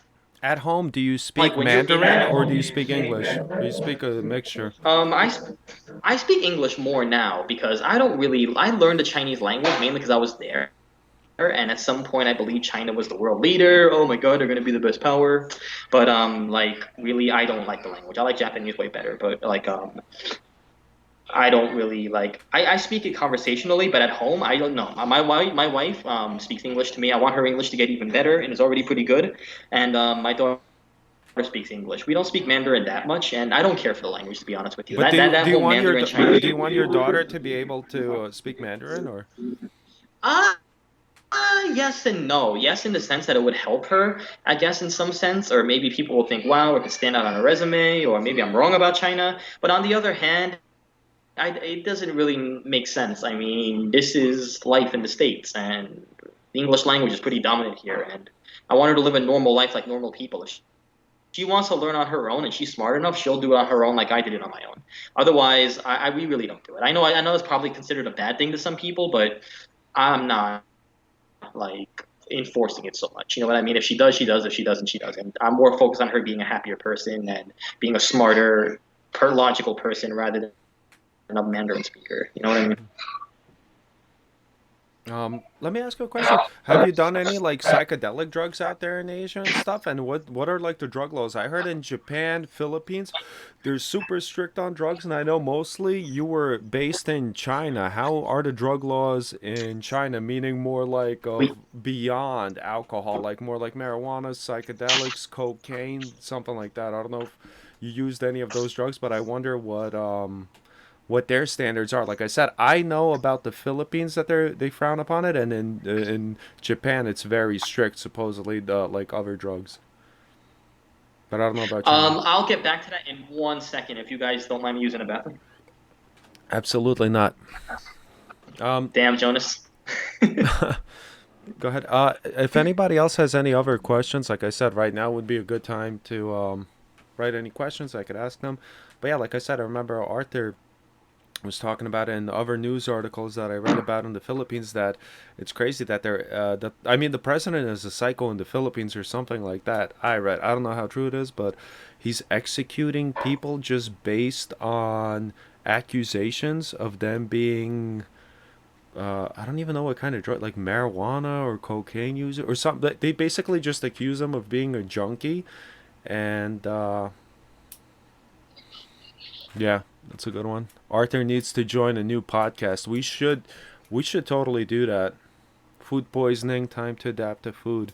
That's a good question, yeah. Meth. Meth in China? I don't know. What about meth?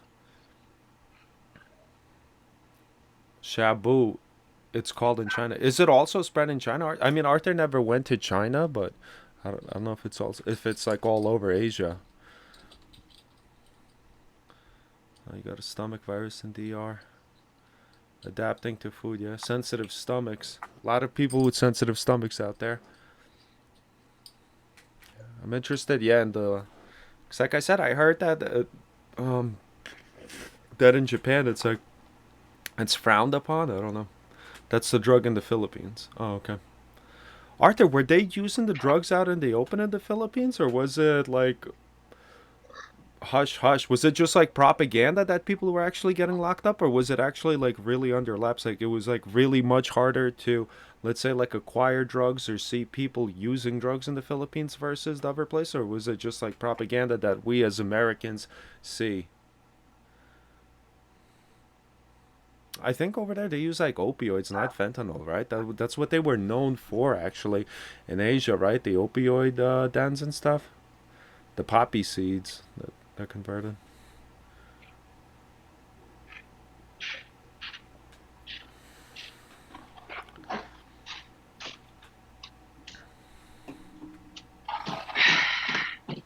They What's up, don't. gentlemen? I'm back. Okay, cool. Here we go. We have a couple of questions. Here's one comment. Steve says we need to do a dual podcast with Arthur and you. That would actually be great about your Asia experience. Um, like I said before, What I was talking about the drugs. I don't know, like I said, if you're comfortable with sharing it, if you did it or not. But to me, I was interested. Like I said, I heard in the Philippines it's very frowned upon, and in Japan it is. Like any drugs aside from like drinking and stuff. I don't It's know frowned how it upon is in all. China. I don't know how it is in China, but like in the other areas, it was way more easy to acquire and it was way more open. And in the use, Arthur said that they use a lot of meth in in the Philippines. It's called shabu or something like that.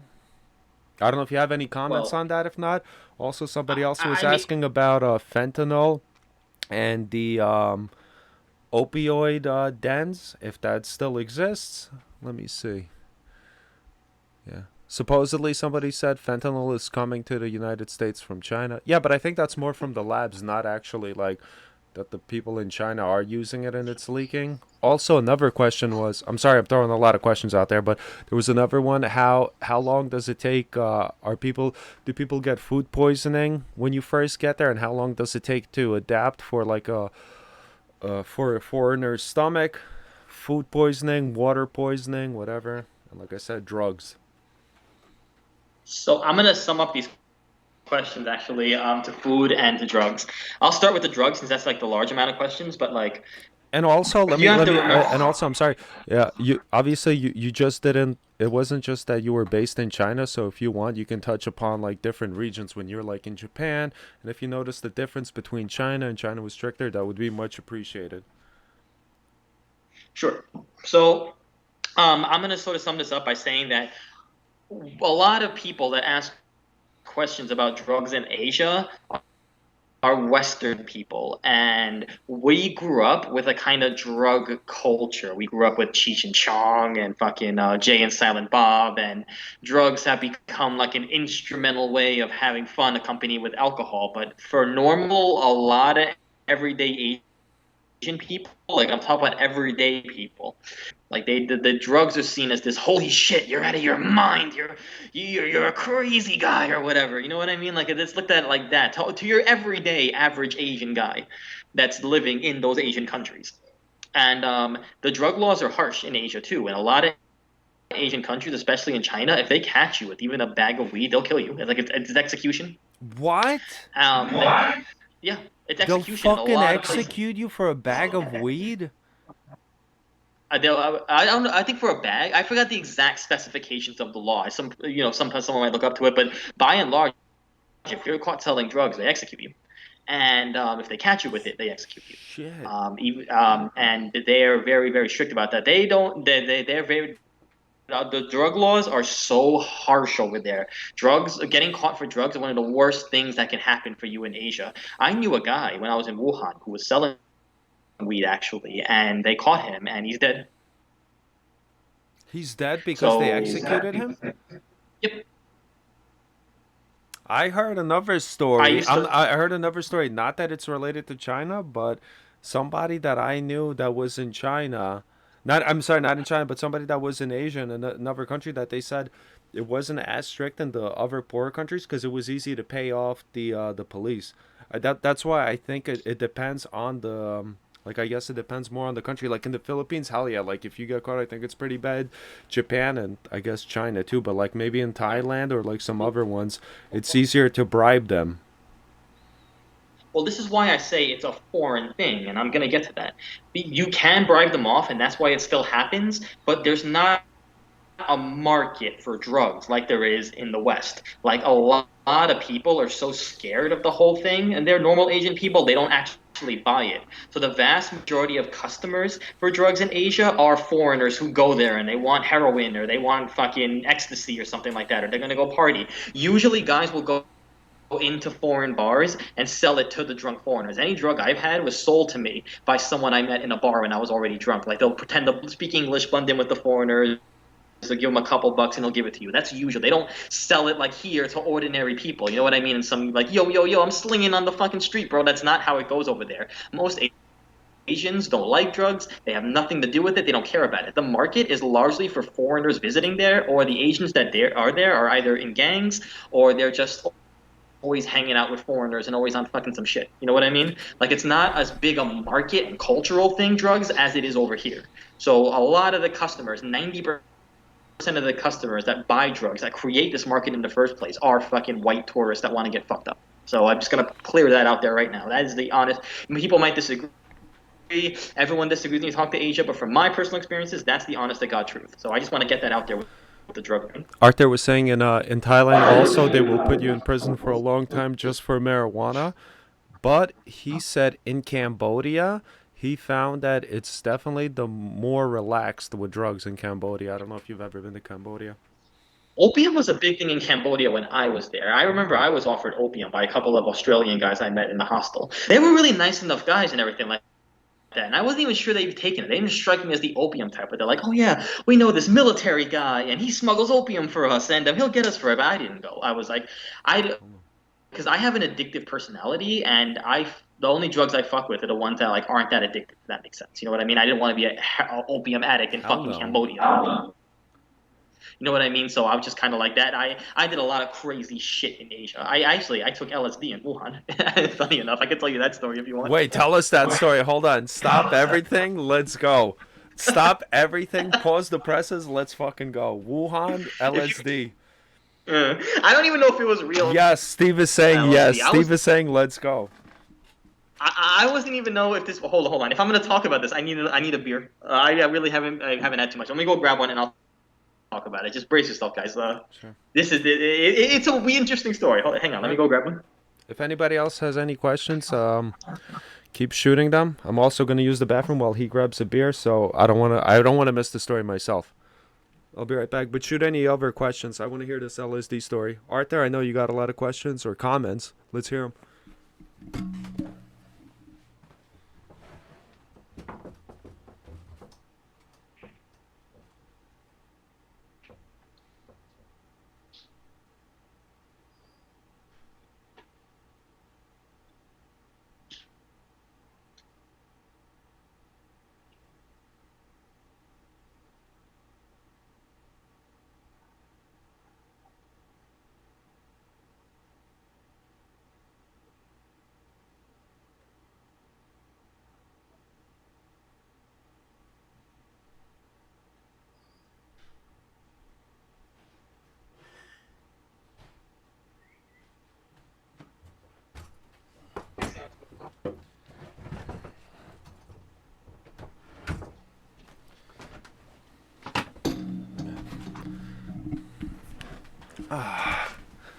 Let me see. What was this? Somebody wrote, you need to get a bucket with all these pee breaks or some diapers. This will have to have more parts to it. They pee more often. They pee. Let me see. Somebody wrote, they pee more often than I do, and I'm 8 months pregnant. It's the alcohol. What I need to do, actually, I'll do it later. A lot of the other podcasters do it. They record commercials and they play like a stupid commercial or something. Their own like skits or whatever. But whatever, that's later on. I'll get better at it when I have more time. Yeah. Okay, dude. I mean, dude. On top of that, we're peeing more. Listen. Let me stop for 1 second. God bless America. Fucking July 4th is coming up. I'm peeing a lot because I'm drinking for freedom. July 4th is coming up. God bless America. Just want to say cheers to that. Cheers to goddamn America. I love this fucking country. Likewise, bro. Exactly, for America. Okay, let's get back to it, boys. We got LSD in fucking China. Let's go. All right, man. So a little context before then, because this won't make sense if I don't provide some fucking context, bro. But basically, I was living in Wuhan, and it was the funnest year of my entire life. By the way, I was working a pretty good job, and I was just partying all the time. There was like Wuhan is a city. I know it's known for the coronavirus or whatever, which fucking breaks my heart because before then, it was a huge, vibrant city with so much shit happening. And there was a lot of universities. Wuhan is the university capital of China. As a result, students from all over China and all over the world go there. Now, considering this was 2014 and that Mandarin was like the thing everyone wanted to study, you had a lot more foreigners from all over the world going to Wuhan. And I met everybody from every fucking where. I met my wife in Wuhan. That's how fun like the whole thing was. You know what I mean? Like it was just We were just like we partying all the time and getting smashed. And anyway, we had like a strong foreign community. I think I mentioned earlier in this podcast how when we all live together, we're all we have, and we kind of bond together as friends. But I knew this guy, and I'm not going to mention any names, okay? But I knew this guy, and he said that because one of our good friends, we had a group, like a really strong, solid foreign group, and one of our friends was a university student. We were really cool with him. He was going to leave, and on his last night, we wanted to do something crazy. So we found out that a guy we knew sell LSD. So so we all gave him the money because he said he knew the guy. And he's like, "Oh, before tonight, meet me at this bar we'd always go to, and I'm gonna get everybody the LSD." So we all Have you go ever there, done like LSD 7 or before 8 that? of I'm us. sorry for interrupting, but have you ever done LSD before No, that? I had it. I go there. We're all waiting, and we're worried. We're not really worried he's gonna cheat us because we knew each other pretty good, and that doesn't happen over there. So and sure enough, he came back with all the stuff, right? And we were gonna start because near the bar, like right across, not that far away, like 5 minute walk, there was the university, and there was a huge forest on the campus. So we were gonna trip on the forest. But for some fucking reason, I don't know what happened. We decided to take it in the bar, which was the biggest mistake I ever fucking made in my life, man. Because there were lots of different kind. I knew everybody there, and a lot of them were these studenty type people, or people that don't really do that. Some of them I knew that were there that night, and I took it. And I remember as soon as I took it, like literally like 20 minutes later, these lights, all the lights from the bar and the music kept fucking with me. I had this. We took it, right. It was like this little strip. Like I put it in my mouth, and then I put it in my tongue, and then it kind of melted in. And like 20 minutes later, I remember like all the lights were on. They were playing music, and it was just like light after light after light after light like that. And I felt like I couldn't breathe. Like I was like really like that. So I had to fucking walk outside, and I knew everybody there anyway, like all the foreigners, because it was a bar like a lot of foreigners went to. So people were like, "Hey Tim, what's up, man? Uh, What's up?" And everyone was drunk and happy, hey Tim, and really I quickly. wasn't in that bar. When that was happening, was it just for you that was happening? Were you like the one that got up first, or was it like everybody else started to feel something That's the too, or weird was thing. it I just don't. like were you the only one who was like, oh shit, I'm freaking out right now? And was it like, could you try to describe it? Were you like going in a state of panic, like holy shit, am I choking? Am I dying? Like, did anybody else also who took it, were they experienced with LSD, or did everybody go in there not knowing what the So hell was gonna happen? So that's a funny question because there were like 7 of us, and only 4 of us actually took it. The other 3 like chickened out, and they gave us their pieces. So I think I freaked out more because me and another guy were taking everyone else's pieces. You know what I mean? So it wasn't just our pieces now; it was their pieces too. And I don't want to hold on to it in a country like China, so I figured if I'm going to trip anyway, I might as well trip hard and eat it. So Nice. so that's kind of why I tripped a bit more than other people. But the 3 of us that did it, we were just like, oh my God. I remember coming out there and I was scared of people, man. I remember feeling like if someone because some of our friends, the guys I met were like Europeans. They like to hug. The Italian friends I knew would kiss you on the cheek. That's the thing they do. Like I got used to it, but and I remember feeling like I was gonna melt if they touched me. I was gonna burn like hot iron. So I kept backing away from them, and they were looking at me like, "What the fuck is wrong with you?" And I couldn't explain that I was tripping, but I was just thinking to myself, I have to fucking get away from these people. Like I can't do this. Like there's anybody out there. Like they assumed we were all like being social, and I just kept walking. And everyone kept following me, like everyone else, like just the whole group. They just kept following me, like I was like the leader, I guess, or something like that. And I just kept walking. We finally got to the forest, and I remember what I was doing. I was smoking cigarettes at the time. I was not a smoker anymore. I quit since, but I took my pack of cigarettes. I kept taking the tobacco out of the cigarette and blowing it like fairy dust out of my fucking palms. Like I kept taking the tobacco and making smiley faces on the table out of it. I remember I stopped at a barbecue stall to make smiley faces out of tobacco, and people were laughing at me.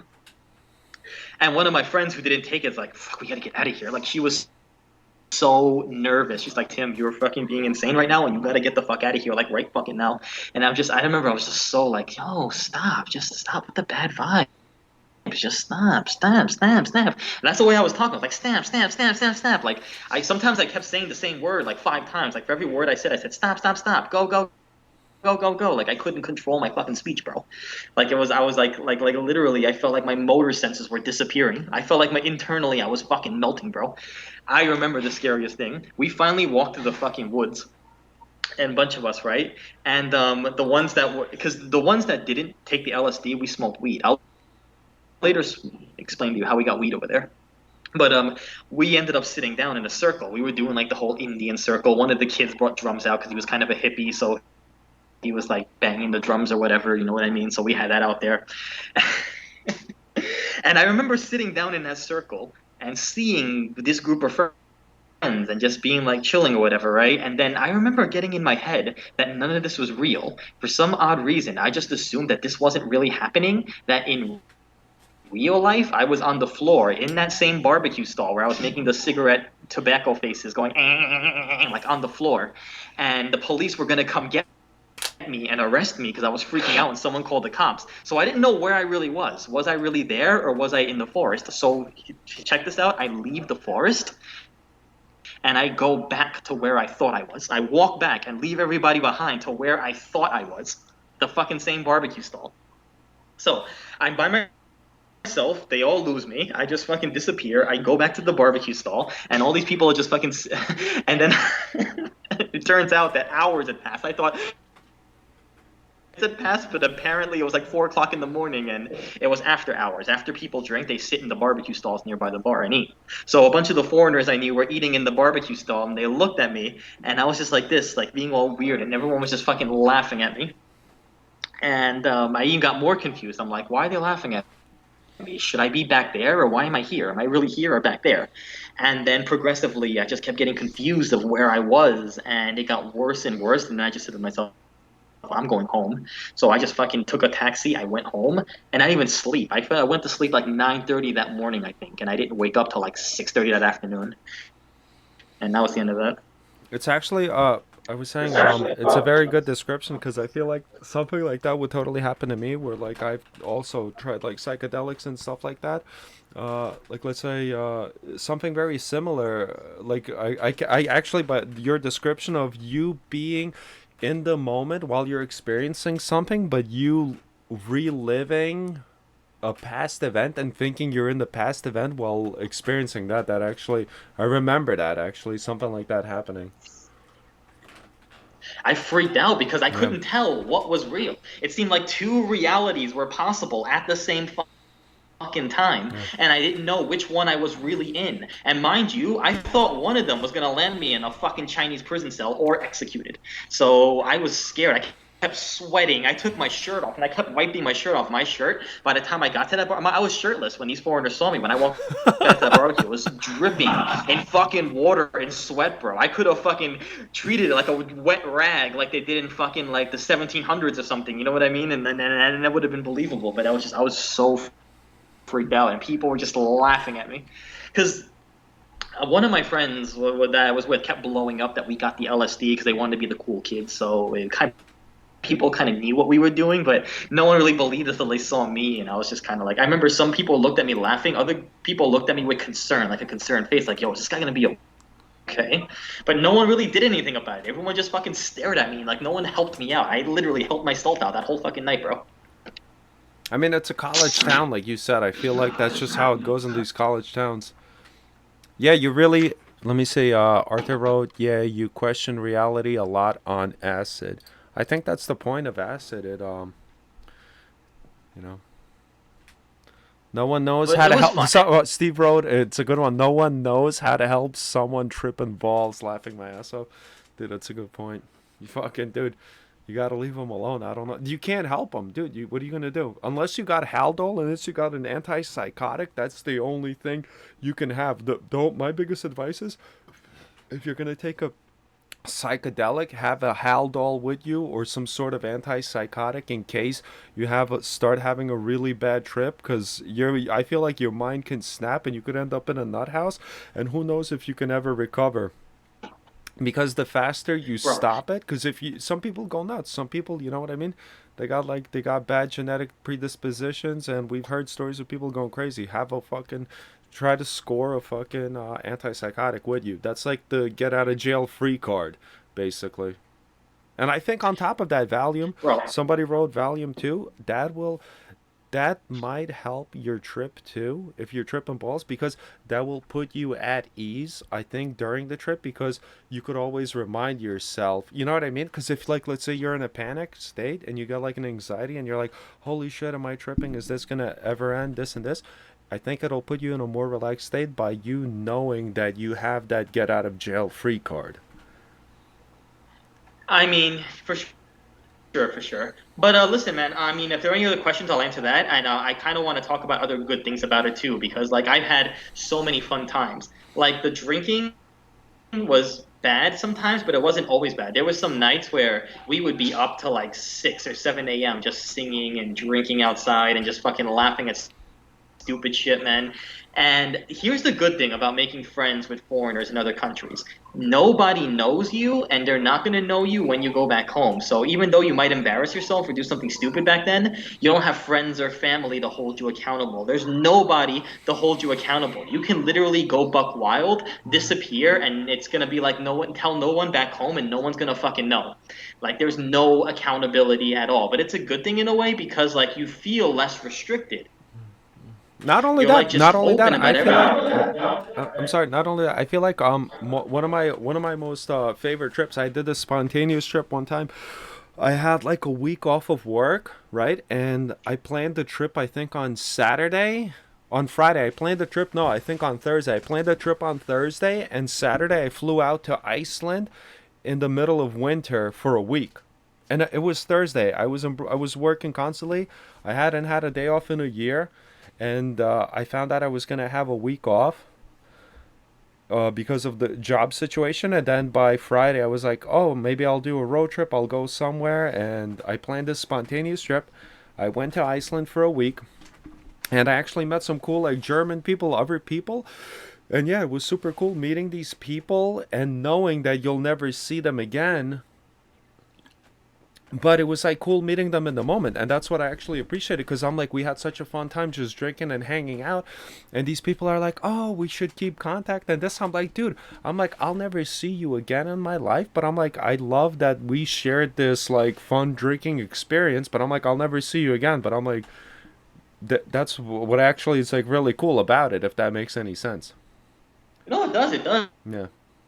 And I'm still have on Facebook some of the friends that I made over there, but we don't really talk because there's nothing to really talk about. You know what I Yeah. mean? But sometimes you have such a good experience, you can't not add them. Like the memory is just so positive that you can't not add them, especially when they ask you on social media. You know what I mean, bro?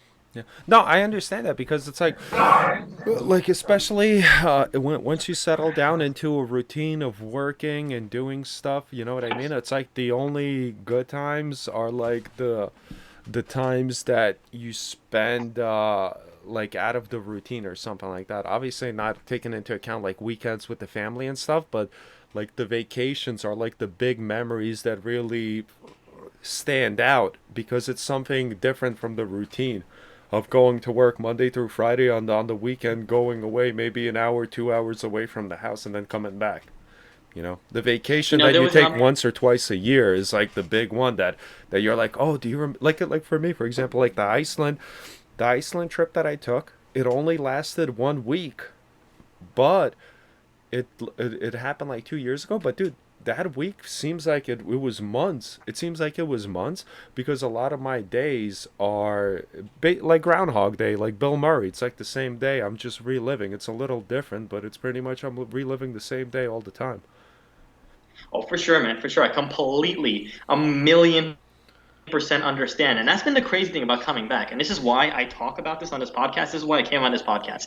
Because I can't really tell anybody at work or that I know about this because they're kind of like, ugh, I don't know. But you know what I mean? Like, I feel like you understand it better when you've been through it. But this is the best medium that I've had since it's fucking happened to me to finally talk about this. The things I've said on this podcast so far are things that I've had built up inside me that I haven't talked about for fucking years, man. And already I feel a sense of, I guess the Greeks would call it catharsis, right? In other words, you kind of let it all out when you watch or experience something. And it's been like that for me too. You know what I mean? And like, I'm just glad I did this. But even so with the friends too, man. I mean, like it's great. I mean, but I used to wonder about something, and this might be a little bit philosophical, but hear me out on this here. I always wondered, when I met someone. Like, yo, if we knew each other working together back in Austin or maybe Brooklyn or wherever I lived, if you were like from the States, would we have been as good friends? Because I feel like when you live abroad, and especially in a country like China, and you meet other Westerners, you're kind of forced to get along. And you accept things that you normally wouldn't accept because you kind of want to get out of that whole not really out of that whole China thing, but feel a little piece of home so badly that you get along better than you would otherwise. You know, does that make sense? Yeah, absolutely. You're able to tolerate more, and I feel like there's like stuff that reminds you of home from these foreigners. Like maybe that you don't realize, but like there's certain things that they do that remind you of home, possibly. Like, like, let me give you an example. The people I got along with.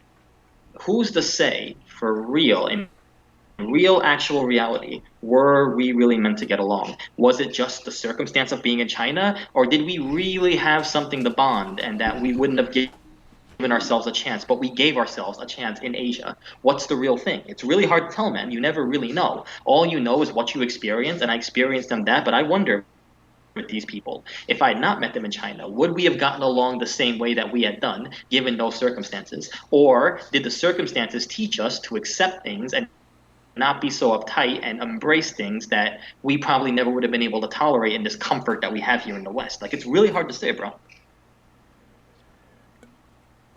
I mean, it's hard to say because it's. I guess it depends on like Also, what are you doing? Are you on vacation or are you working? I feel like that's a big difference. Like, dude, if I'm on vacation, I'm willing to tolerate way more stuff than let's say like, you know, versus me working. If I'm working a Monday through Friday, I'm not gonna deal with anybody's shit because I'm already thinking about what I have to do tomorrow. If I'm going somewhere on a Monday, I'm thinking already about Tuesday. But if I'm on vacation, I'm not even thinking about what the hell is going to happen unless I have like That's a true. big itinerary planned. Usually I do, but that's like the big thing. Like if I'm living in China and it's like I'm working, I'll probably I don't know. It all depends, yeah. If I'm working part-time, full-time, to me it depends on what I have planned. If my how my work schedule is mostly, how relaxed I am. I'll give you another example too. And I don't kind of want to bring this up because I'm married, but I'm just gonna fucking tell it anyway. Like, meeting other girls from other Western countries is another fucking example. Because like especially in a city like Wuhan, where like people from all over the world come, there's like girls from other European countries or other countries, for example, right? Like you get to know them because you're always seeing each other in the same places that you're going to, right? And the problem is like at the time, a lot of them weren't attracted to the men over there. So this has happened for me too, for example. Like I always liked Asian girls, but I didn't like them as much as I did when I got there. Like the longer I was there, the more certain women started to seem hot. And especially when the Chinese girls like you so much as a foreigner, and you get tired of that, you start looking at certain girls from like our Western countries that you would never look at back home. But because that's all you're seeing, you're starting to think they're more attractive than they probably really are, and they're starting to think the same thing about you. So hookups are just as common as fights are. You know what I mean? It's like one extended episode of like what's that old fucking reality show like the real world or whatever, you know what I mean? Like Yeah. it happens, man. I mean, like you get attracted to people that you normally wouldn't find attractive because you're seeing the same limited type of people on a daily basis. I mean, I'm telling you, man, living in a foreign country changes your perspective on what's acceptable, who's hot, who's not, or what's cool, or what's fun, or what isn't fun. You know what I mean? It really does change the whole paradigm of the whole thing. Like Absolutely. I'm completely serious. Like people that I would never look at back home, I was like looking at because I was there. You start to miss. I'm not gonna say 'cause I'm married, but certain things that Hold you on a know what I mean. second. I don't know. I gotta go take a piss again. I'm sorry, sir. Can you continue? Well, Continue your rant. I actually, gotta use don't the worry about it. I'm bathroom. gonna. Yeah, yeah. My Go bad, ahead. my bad. I'm gonna use the bathroom too, actually, or All like right, what? let's go. 20 Let's of use the pissing. bathroom. Go ahead. Let's do that bathroom, bro.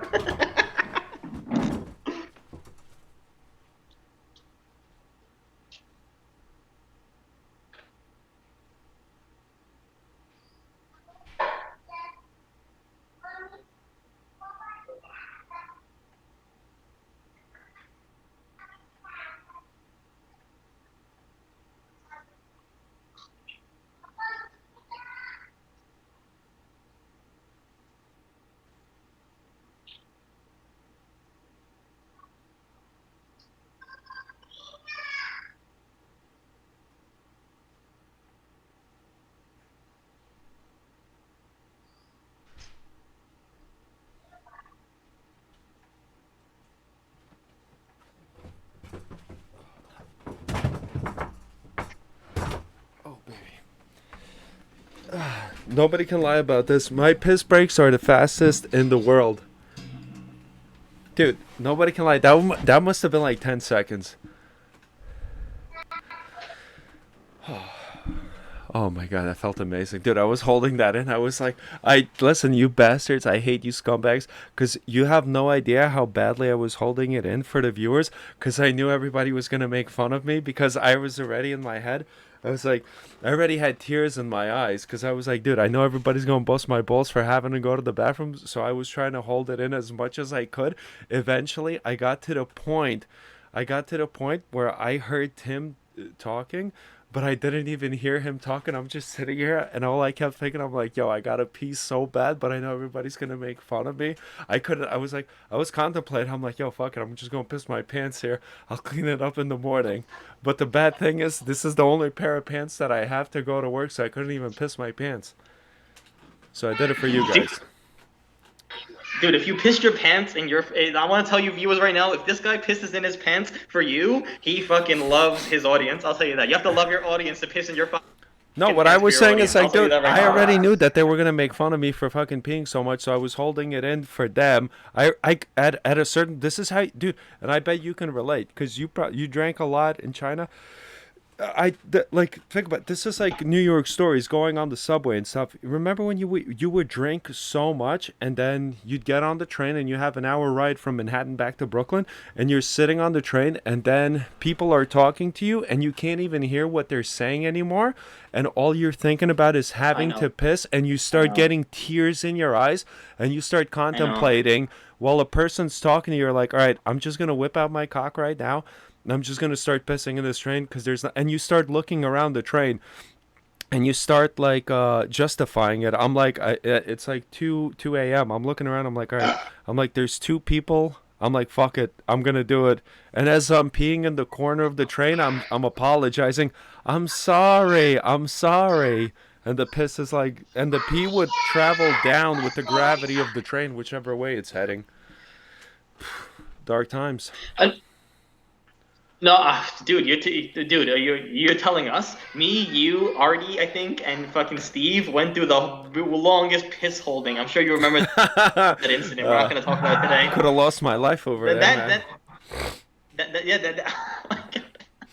that Thompson though, we held the pee. Remember when they finally let us go and we went to the fucking wall and then we would just we pissed. We could have pissed at the side of the fucking Niagara Falls, bro. That's how Dude, much piss we came out. I remember how angry Steve was at me, like, and I think everybody else, but Steve was the most vocal. He's like, dude, shut the fuck up, because I was talking back to the cop. He's Yeah, like, dude, just fucking stop, just stop. As soon as he stops, I remember we all run to the side of the building, run, and just everybody, all four of us, unzip in sync. The zipper goes down in sync, and it was fucking horrible. It dude, was I horrible. pissed like half my body weight I could have died tonight, up bro, and there. that I wasn't was even much to fucking. I begin was, dude. That was ridiculous. It was fucking ridiculous that that happened.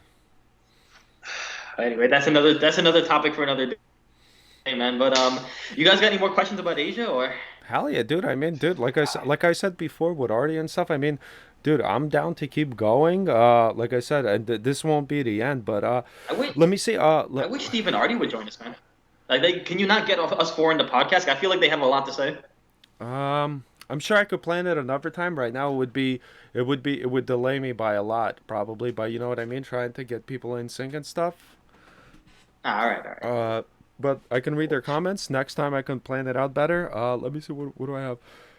Um, oh, here I have a question. Okay, so you're in China. What makes you decide finally to be like, you know what? Let's not live in China. Let's go to America. What's that step? What was that step instead of being? Uh, So, so a lot had happened to me, and mind you, I was there on and off from 2009 to 2017. That was on and off, like really, but the large amount of it was really just that. Hold on, my daughter's calling me. I'm sorry. Actually, I no, hear her. I hear her. Yeah, yeah. You gotta stop, man. hang on, hang on. No, no, My no. wife's supposed to be watching. Fiona, Fiona, Hey, listen. what's wrong? You can't knock it. Listen, as a father, you gotta run to your daughter. Run to your daughter, make sure she's okay, kiss her on the cheek, tell her everything's all right. Daddy's on a podcast. We're making history. Hopefully, hopefully we get a better internet connection, something like that. We can try to get the video up. I don't know what's going on in Austin, Texas. I heard they got a big influx. Joe Rogan moved in, so he got his bunch of cronies moving in. So the internet fucking all the wires are going down because there's way too many people that are moving in. The internet's too slow right now. It's gonna take a little while for them to update it.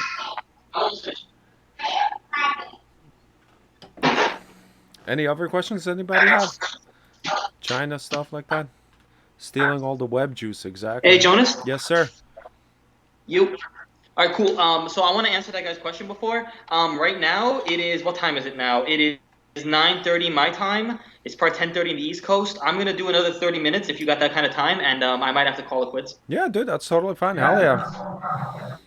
I've barely scratched the surface of this, man. I mean, if you want to, we can do another episode. Absolutely, dude. This is gonna be a web series that's gonna go on, I think, forever. Like I said, it'll never end. I'm sure the stories that you got, you know what I mean, last forever. So I barely scratched the surface, man. There's a lot good, bad, and ugly, man. I mean, I've done some good things, some bad things, and some terrible things, man. Listen, and, you know what? I definitely want to complain about listen. Forget about what I said before. Let's hit a little. We got 30 minutes. Let's hit some juicies. Let's get some juicies. Let's get some uglies. I want to hear some ugly things that you saw. I want to see. Arthur was telling me this. This was very amazing. An example, not saying that you heard anything similar, but he said what was crazy was there was a bunch of white people out there in Southeast Asia and nobody would even talk about it. That's what made it creepy, was like every single week a white dude would jump off a building and commit suicide because he would go to Asia, spend all his money on drugs and prostitutes, and he was lonely and single and usually a guy in his older age, and then after he spent all the money he had nothing left there and he would commit suicide. And he said it would fucking happen like once a week, and they would close the street but nobody would talk about it. I found that like fascinating because as a foreigner I never, you know what I mean? I've never heard of anything like that. I'm like, that's a real problem. He's like, yeah. And he's like, dude, nobody talks about it. These people come in for, like, as he said, sex tourism is a huge problem. And then they take a lot of drugs and stuff. And it's like a lot of lonely single men that come in that have no families. And then when the money runs out, the girls don't care about them and they like have nothing left and they commit suicide. And he says it would happen like once a week. These people would just jump off a building. It was amazing. I would like, I mean, it's super sad and whatever, but I find it fascinating because it's such a, you know what I mean? Like these stories, like they're fascinating because I've never heard of anything like that. So for me, it's insane. I knew a guy who killed himself, and I'm gonna confide something in you. And I said I tell all. I'm done with the fucking caring what other people think. Fuck this. I'm just gonna fucking say it. When I lived in a Chinese city in 2012 to 2013, and my drinking had become pretty hard at that time, and sometimes when I'm drunk, I just say a lot of stupid shit to put on a show, kind of. You know what I mean? Like I like to perform, and I've always wanted to be a performer deep down. That's kind of why I draw. You know, when I draw, I'm performing, so that's kind of why I do it. And I would just say this stuff, and I had this girlfriend at the time, kind of, that lived in a different place. I can get that later if you want. But I would always say, oh, if she leaves me, I'm going to kill myself. And I would talk about killing myself all the time. I would go into these philosophical diatribes about suicide. And I can be a pretty persuasive guy when I want to sometimes. And for some people, anyway. And this guy I would always talk to about suicide. And it seemed like he would really listen to what I had to say about it. And I found out last year that he killed himself. And I don't think it correlates to anything I've told him, but he would always, like, he was from Zimbabwe, and he was this 48-something-year-old African guy, and he was drunk all the time. He was a slob. It was like fucking nuts. And he would get jealous because all the other foreign guys would hook up with girls, and he would never, no matter how hard he tried, foreign or Chinese, nothing, they'd never hook up with him. And he would cry sometimes. I remember I saw him in front of the bar crying one time because the girl wouldn't hook up with him. It sounds stupid because he's like old and why are you crying about girls? But I heard he still stayed in the same city doing the same fucking thing even long after I left. And I heard last year that he killed himself. And I don't think it's because of anything I might have said or anything like that. But I was just kind of like, I remember I was like, fuck, man, because he was always fucked up. Whenever he walked in, the minute he walked in the fucking bar, he was like me and a few other people. Like I would get out of the bar like at 5 a.m. and I'd be pissed face, and he would be the same thing too. We had a lot of good drunken fun times, man. I had good fun with that guy sometimes, but like I just heard when he heard he killed himself, I was like, fuck, like it just a little. Arthur was talking about also what I found very interesting was the very dark side of the sex tourism. He said that for example, I mean, he went down some dark rabbit holes with the people he met. Like, for example, not to getting into any like stereotypes or anything, but this is his experience. So, what? Look, this is what was his experience. It doesn't mean that it applies to everybody, but what he experienced living there was, like I said, he met a lot of Japanese people over there that were interested in sex tourism with like virgin girls, and they would pay a lot of money to, I guess, sleep with virgin girls, which was very weird. Because I guess they value that. But They're, I don't know, whatever it is. He said he met was it a lot of, I think, people from Africa who came there that were into doing gangbangs. He said with they, girls. I mean, I only went to Southeast Asia on very brief trips. I went to bars, and I think I told Steve the story, but I met some. I was really drunk one night in Bangkok, and there was this girl who looked like a girl, but was actually a guy. And when you looked at her, bro, like a lot of these lady boys, people laugh at you, like, oh, how could you fucking go with a lady boy, dude? When you look at some of these lady boys, they look, feel, dress exactly like women. Like you get that fuck you, I want to fuck you woman feeling, like kind of like you like especially when you're drunk and you're not thinking clearly. Like it can happen to anybody, and it almost happened to me. I brought this one lady boy home, and I brought her to the hostel I was staying at, and I remember I brought her in, and the guy comes to me, one of the workers, and they stop me, and they're like, "You can't bring her in." And I'm just like, "Why not? I paid for this hostel." I'm like, "No, you can't do it." So he left, and actually, I think I found out from someone else later on that that was actually a guy. But like people would tell me like that's a guy, man. Like you can't tell, and literally at that like I don't know. Like I feel like I don't know how they could tell. Like I couldn't tell, but you really can't tell sometimes, especially when you're drunk, if that's a guy or a girl. Like they look and act exactly like women, and it's fucking surreal, bro. What is the prevalence about that? That's what I'm wondering about too. What how did that get into be like a cultural thing? I feel like in America and other countries, like it's like in that one in that one area. Where is it in Thailand? Right, that they actually have what like I heard about that the lady boys. It's like an actual like it's a cultural thing.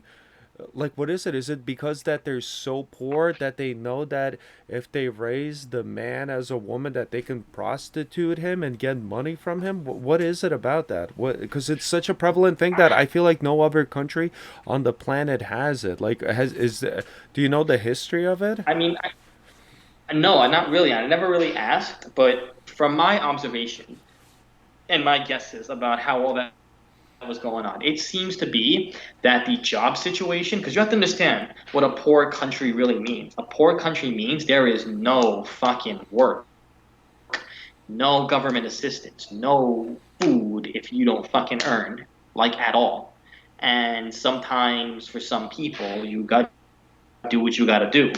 So for some people will react differently. They'll either go one way or they'll go an extreme way. And you get certain individuals that go an extreme way and think there's lots of foreigners that fuck a lots of Thai girls. If I can come off as a girl, maybe I can do this. Plus, they know that we're more open to gay people than they are over there. So maybe they think if they come home with a guy and they'll still think, okay, well, it's a gay culture, like maybe I can still do it with this guy and pay this guy money and do it with this guy. That's my observation and guess if I had to. It's not like anyone's told me that, and obviously I can't read their fucking mind, so I don't know. But that's kind of like what I guessed out of that. Yeah, that's exactly. Arthur says. Arthur's saying he's the same thing. He says.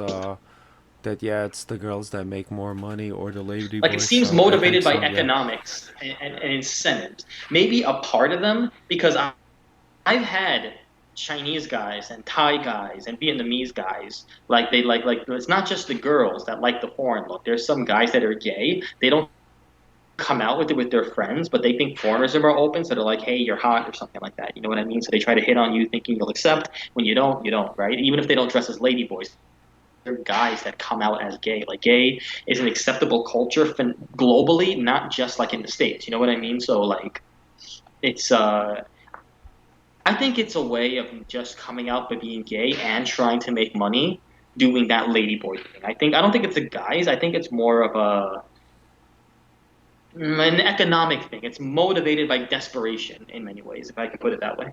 Damn, dude, that's so fucked up. Holy shit. That's horrible, but that's the truth that we don't know. I mean, like, dude, not that long ago, some countries fucking have still famine. You know what I mean? Where people fucking eat cannibalism. People had to resort to cannibalism. They ate their And, own kids. and, We think because we're living in and what America, like we think because we're living in America, everything is fine. I mean, dude, you gotta realize in fucking certain countries in Africa, they're still murdering people for witchcraft. Like they're stoning people and killing them for witchcraft. And this is happening in today's age. Like somebody yesterday in Africa got killed or beheaded for witchcraft or some crazy shit. So, it's like we feel so disconnected from it, but it's not that far behind. Just because it's out of our life doesn't mean it's not happening in other parts of the world. exactly, and again, this is what I always say to people. As bad as things you might experience or see, traveling always teaches you fucking something. Even if it's a small thing or a big thing, traveling will teach you something about what happens beyond your fucking comfort zone, bro. Yeah. And that's exactly part of the reason why I did this. I wanted to know. I've always been a guy that just wants to know things, even before I traveled, and I felt like I was wasting my time taking these fucking sitting in this fucking cubicle in this office listening to some fat fuck tell me what to do when really I just kind of want to just do my own fucking thing. You know what I mean? Sorry, I'm drinking a bit, but I'm just kind of, I'm just kind of like I just wanted to really experience the world. I didn't mean to be disrespectful. I'm sorry. I'm just saying like I didn't. I'm all trying to say is I want to experience the world in different things and like I just wanted to kind of embrace life. I wanted to show that there's more angles to life. There's more to life than making money or having this plan of life. You know what I mean? Everyone's got a fucking plan, and then you meet them in fucking 5 or 6 years, and they're the same way they were when you fucking left. You know what I mean? Like you can't plan for life. Life just happens, and I wanted life to happen to me before it could end at any fucking day. You know? Dude, I absolutely agree with that. That's why, like I said, I always try to push myself, and I always strive to do new things, harder things, or anything. And I never want to get stuck. I mean, you can't help it, but you do end up getting stuck in a routine or whatever. But it's like I always try to push myself, and I try to do, like I said, try to travel as much as I can, try to experience as much as I can, because it's like, dude, look, this life, like it or not, one day is gonna be over, and I'm way more fortunate than my grandparents were, than my parents are, and I could see more of the world than like if you go back in time. If you go back fucking 100 years, dude, 100 years ago, if you were to tell somebody from Europe that I can go to China or Africa, they'd be like, you're a royalty. Like, how the fuck can you see another part of the world? You know what I mean? And now we can travel the entire world and see it. And nobody in the history of basically humankind could ever do that. Maybe the 1% could. Back like even 50 years ago, people couldn't do it. They were fucking farmers and shit, you know? Nobody could like really afford to travel, but now we have the opportunity, and you took the opportunity to the max that before in the history of the humanity, not that many people could ever experience the life that you experienced unless they were royalty or something like that. And you know what? I remember Steve had mentioned before. He's like, "Did you do anything besides drink?" I mean, I did drink a lot, of course, but like I did, it wasn't all just that. I would take breaks sometimes, and other times I would literally just like visit ancient sites, or I traveled over 35, close to 40 cities in China, three of the top mountains in China, and a couple and like two ancient cities since I was there. I've even been to a mountain with fucking monkeys. You know what I mean? I seen fucking monks in like fucking mountains while I was climbing and shit like that. You know what I mean? Like I've seen a bunch of shit. I've seen pandas. I've been in the Beijing Zoo was actually pretty interesting too. I've tried different kinds of food. I ate fucking duck brain. I ate duck eyes. I fucking had snake heart. I had drank snake blood. I drank snake blood in Vietnam. I had that in one of my pictures, I guess. I fucking I ate snake. I ate scorpion. I ate fucking beetle. I ate seahorse. I ate crab. I tried a lot of different cultural shit, man. There's a lot of antiquity and history in other countries, and you really feel it when you're there. Hey man, my name is Richard. So what else do you need to know? Where I'm from or what I do? None of that matters once you cross the ocean. You know what I'm talking about? That's Remember from the the beach? beach, right? Exactly. Snake blood. Hey man, you want to try snake blood? You want to try Dude, something new? I can tell you that, bro. When I tried that, I was so scared because I did that because of the movie. I watched the movie before I went there. So in the movie, when Leonardo DiCaprio drinks the snake blood, he looks like his chest is burning. So I was like blowing, I was like pumping myself up for that because I thought that was gonna happen to me when I drank it, but it wasn't.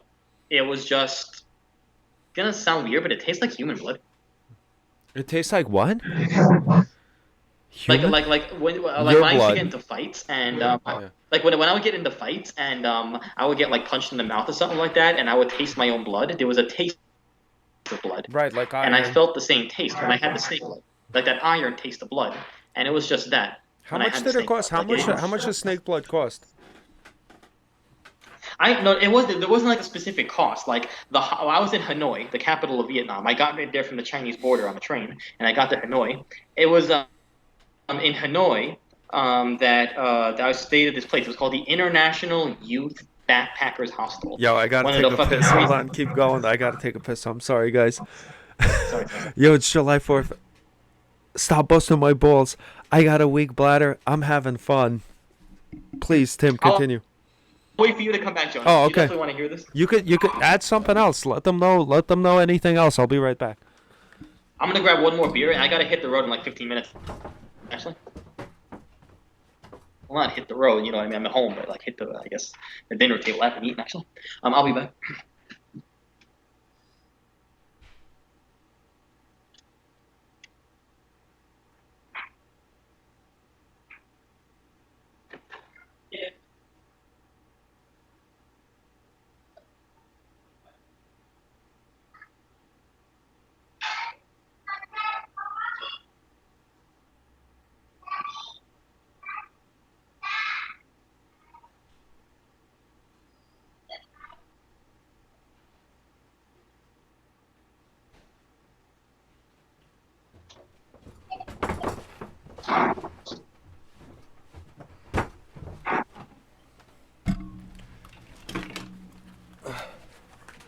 Sorry about that. Yo, look at this. Hold on. I had to step out for a pee. How quick was that? How fast was that? Dude, did he just have to go pee too? Dude, he definitely just went to pee as well. You son of a bitch. Not quick enough. It adds up. He went to grab a beer. You should just add a green screen. Now, what I have to do, I told you, I gotta add the I'm gonna do it. I gotta film a stupid commercial. No, I saw other streamers do it. They film. No, it's not. I don't mean like a commercial, but they do like a stupid skit or something funny that they film when they actually have to like step away from the camera or something like that. You know what I mean? Not fast enough, dude. How fast was that? Get the hell out of here, dude. That was like a 10-second pee. You guys want to try? You guys want to try snake blood?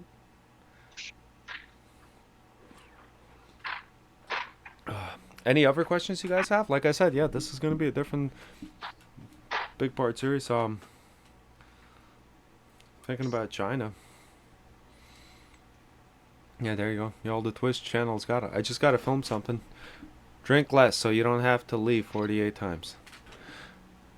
Thank you. Listen, it's July 4th. Take it easy. Gotta bust balls. Yes, save it. I'm too tired. Dude, if I got a Yo, beer and he bro. has a beer, we gotta finish this. We'll finish this beer and then we'll call it a wrap. Like he said, he has to go. Yeah, no. I got another 15. It'll take me that much time to finish this last one for me, and unfortunately I got well, it's unfortunate I guess because I'm having fun doing this. Most fun I've had in a while actually. Hell yeah, dude. Yeah, I'm fine. We'll do it again. Doesn't mean like it's the only one. Exactly. I'm sorry. So You were saying about it's not about the cost or anything. So how did it go? okay, so I was in I remember they called it the International Youth Backpacker Hostel in Vietnam. I was in Hanoi, and I booked it. And I remember I got the wrong one. I got so drunk that I woke up late, and I didn't realize that I thought they'd just wait for me. So I walked down. I see this group there. I joined the group, and I go with that group. It turns out I was supposed to go with the group that left 20 minutes earlier. I got the wrong bus. And but the snake tour was still part of it. It's a big one because everyone's seen the beach, so they wanted to do it. So they took us to this rice farm, I think, and they took us to a bunch of temples, and then they took us to a snake village. I remember it was Snake Village, and they showed us a bunch of garden snakes. They showed this dude who was like fucking playing with the cobra. Like the cobra was trying to bite his hand, and he was maneuvering the cobra around. It was badass, man. Like this dude was fucking quick, man. That cobra was really trying to fucking bite him too. And this fucking like regular Vietnamese dude with like flip flops and a jean jacket, he kept like fucking dodging the this is fucking cobra. Eventually, he went mad. Like he grabs the cobra, one end by its neck and the other by its tail, and he fucking just lifts it up, and everyone starts clapping and taking pictures. So finally, they get to the snake part. Like the whole part of the tour was we would eat snake for dinner.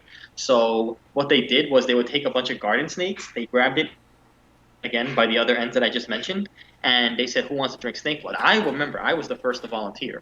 So I come out there, and they spread the snake out on its belly. They take a little knife, they cut open its fucking belly. The blood starts draining out. They had before they did that, they had like a container, a shot glass, and the blood just drains in the shot glass. And then they ripped out its heart, and it's a tiny little heart, and the heart was still beating even after they ripped it out. And they put the beating heart in the glass, pour a little bit of vodka, and they give it to me. I still have the pictures on my Facebook. I was the first one to drink it, but I just fucking chugged the shot, and it tasted like blood, basically. Like it wasn't anything, and you can't even feel the beating heart because it's so tiny. You don't even feel it beat against your throat. It just like went down, and when I did it, other people did it. And then after that, like they sat us down in this fucking huge table, and then we had snake. I don't know if it was really snake, but it tasted kind of like chicken. Like it was like actually mad good.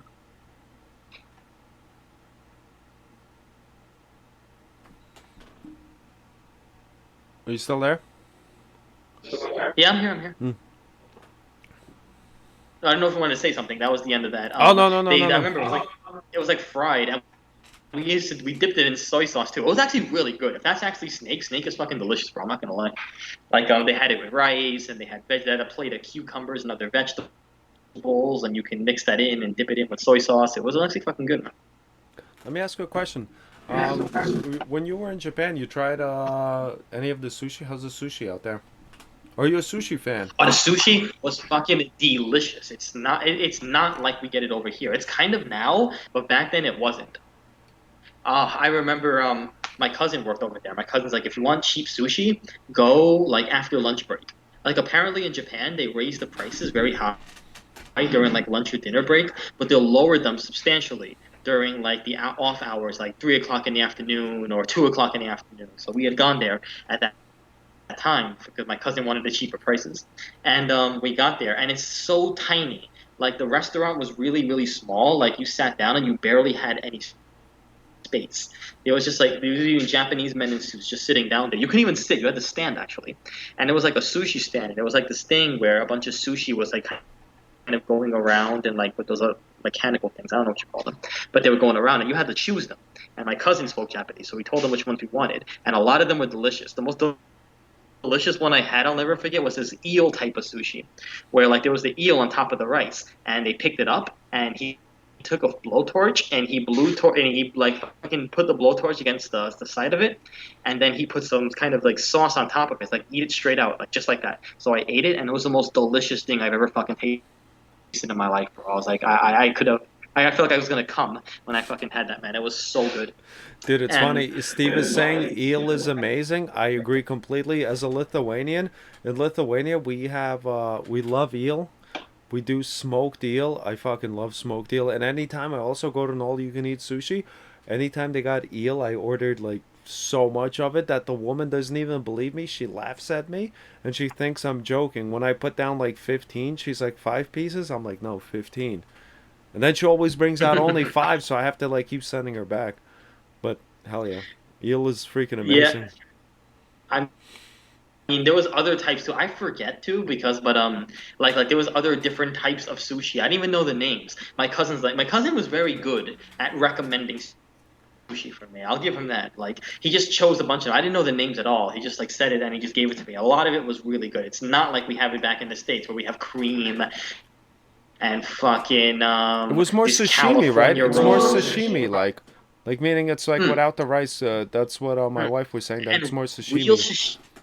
sashimi in Japan is the fucking licious. Like eat this, especially as soon as they cut it because they'll cut the fish right in front of you sometimes, and the chefs will skillfully peel it off and they'll just put it right on your plate, and you eat it as soon as it come fucking off. It's, like not long after the fish is dead. There's a reason why you eat it shortly after the fish is dead. It's so good, like it melts like deliciously, man. This that was like one of the best food. Is like one of the best experiences I've had in Japan. I think honestly. What about let me ask you a question. Like being in a because of like the different food tastes, let me ask you a question. I ask you a question, I'll give you an example. Okay, weirdest food that you've tried. Weirdest food that I've tried when I went into Iceland. In Iceland, they have this thing. It's called fermented shark. I don't know if you saw like Andrew Zimmerman episodes or anything when he went to Iceland. Fermented shark. What they do is they fish this shark. It's a Greenland shark. It's one of the oldest. It is the oldest living mammal, I guess it's considered. Uh, Lives up to like I think like 600 years or something like that. They what they do is you can't eat it right away out of the you can't fish it and eat it right away because it's poisonous. So I don't know how the fuck the Vikings figured it out, but when the Vikings came to Iceland, what you would have to do is you would have to fish the Greenland shark. You would have to leave it outside, let it ferment for 3 months, and after 3 months, you could eat it. But after 3 months of it fermenting, it would taste like ammonia. It would smell like a subway fill of like a bum piss. So I remember when I like tried it, it was the most disgusting thing I've ever tried. It smelled like fucking piss. It tasted horrible. It was disgusting. But would I ever do it again? Hell yeah, absolutely. It was amazing. It was like you know what I mean? It was a very unique experience. Yeah, yeah, Jonas, listen, sorry, no, I hear you on that, man. There's definitely a lot more I gotta say, but I think my daughter is being really cranky. I It's definitely okay. gotta go. All We're good. definitely gonna have to continue this podcast, man. Absolutely. Hey, dude. Great, great hearing from you, man. It seems like yeah, everybody's on the same page. We'll continue this another time. Good night, guys. Thank you for tuning in, dude. This doesn't stop. We'll keep this going forever. This is gonna be like maybe a weekly thing we can do. Yeah, definitely, man. I've barely scratched the Oh, surface, not even a absolutely. crack on the surface, man. There's a lot I still have to tell you guys, but for now we'll just have to leave it at that because she's getting cranky, and I think they're losing patience now. Absolutely. Great hearing from you, man. Take All right, care. Jonas. All right, be good, man. You too. Take care. Bye. Bye. Bye. Bye, guys. See ya.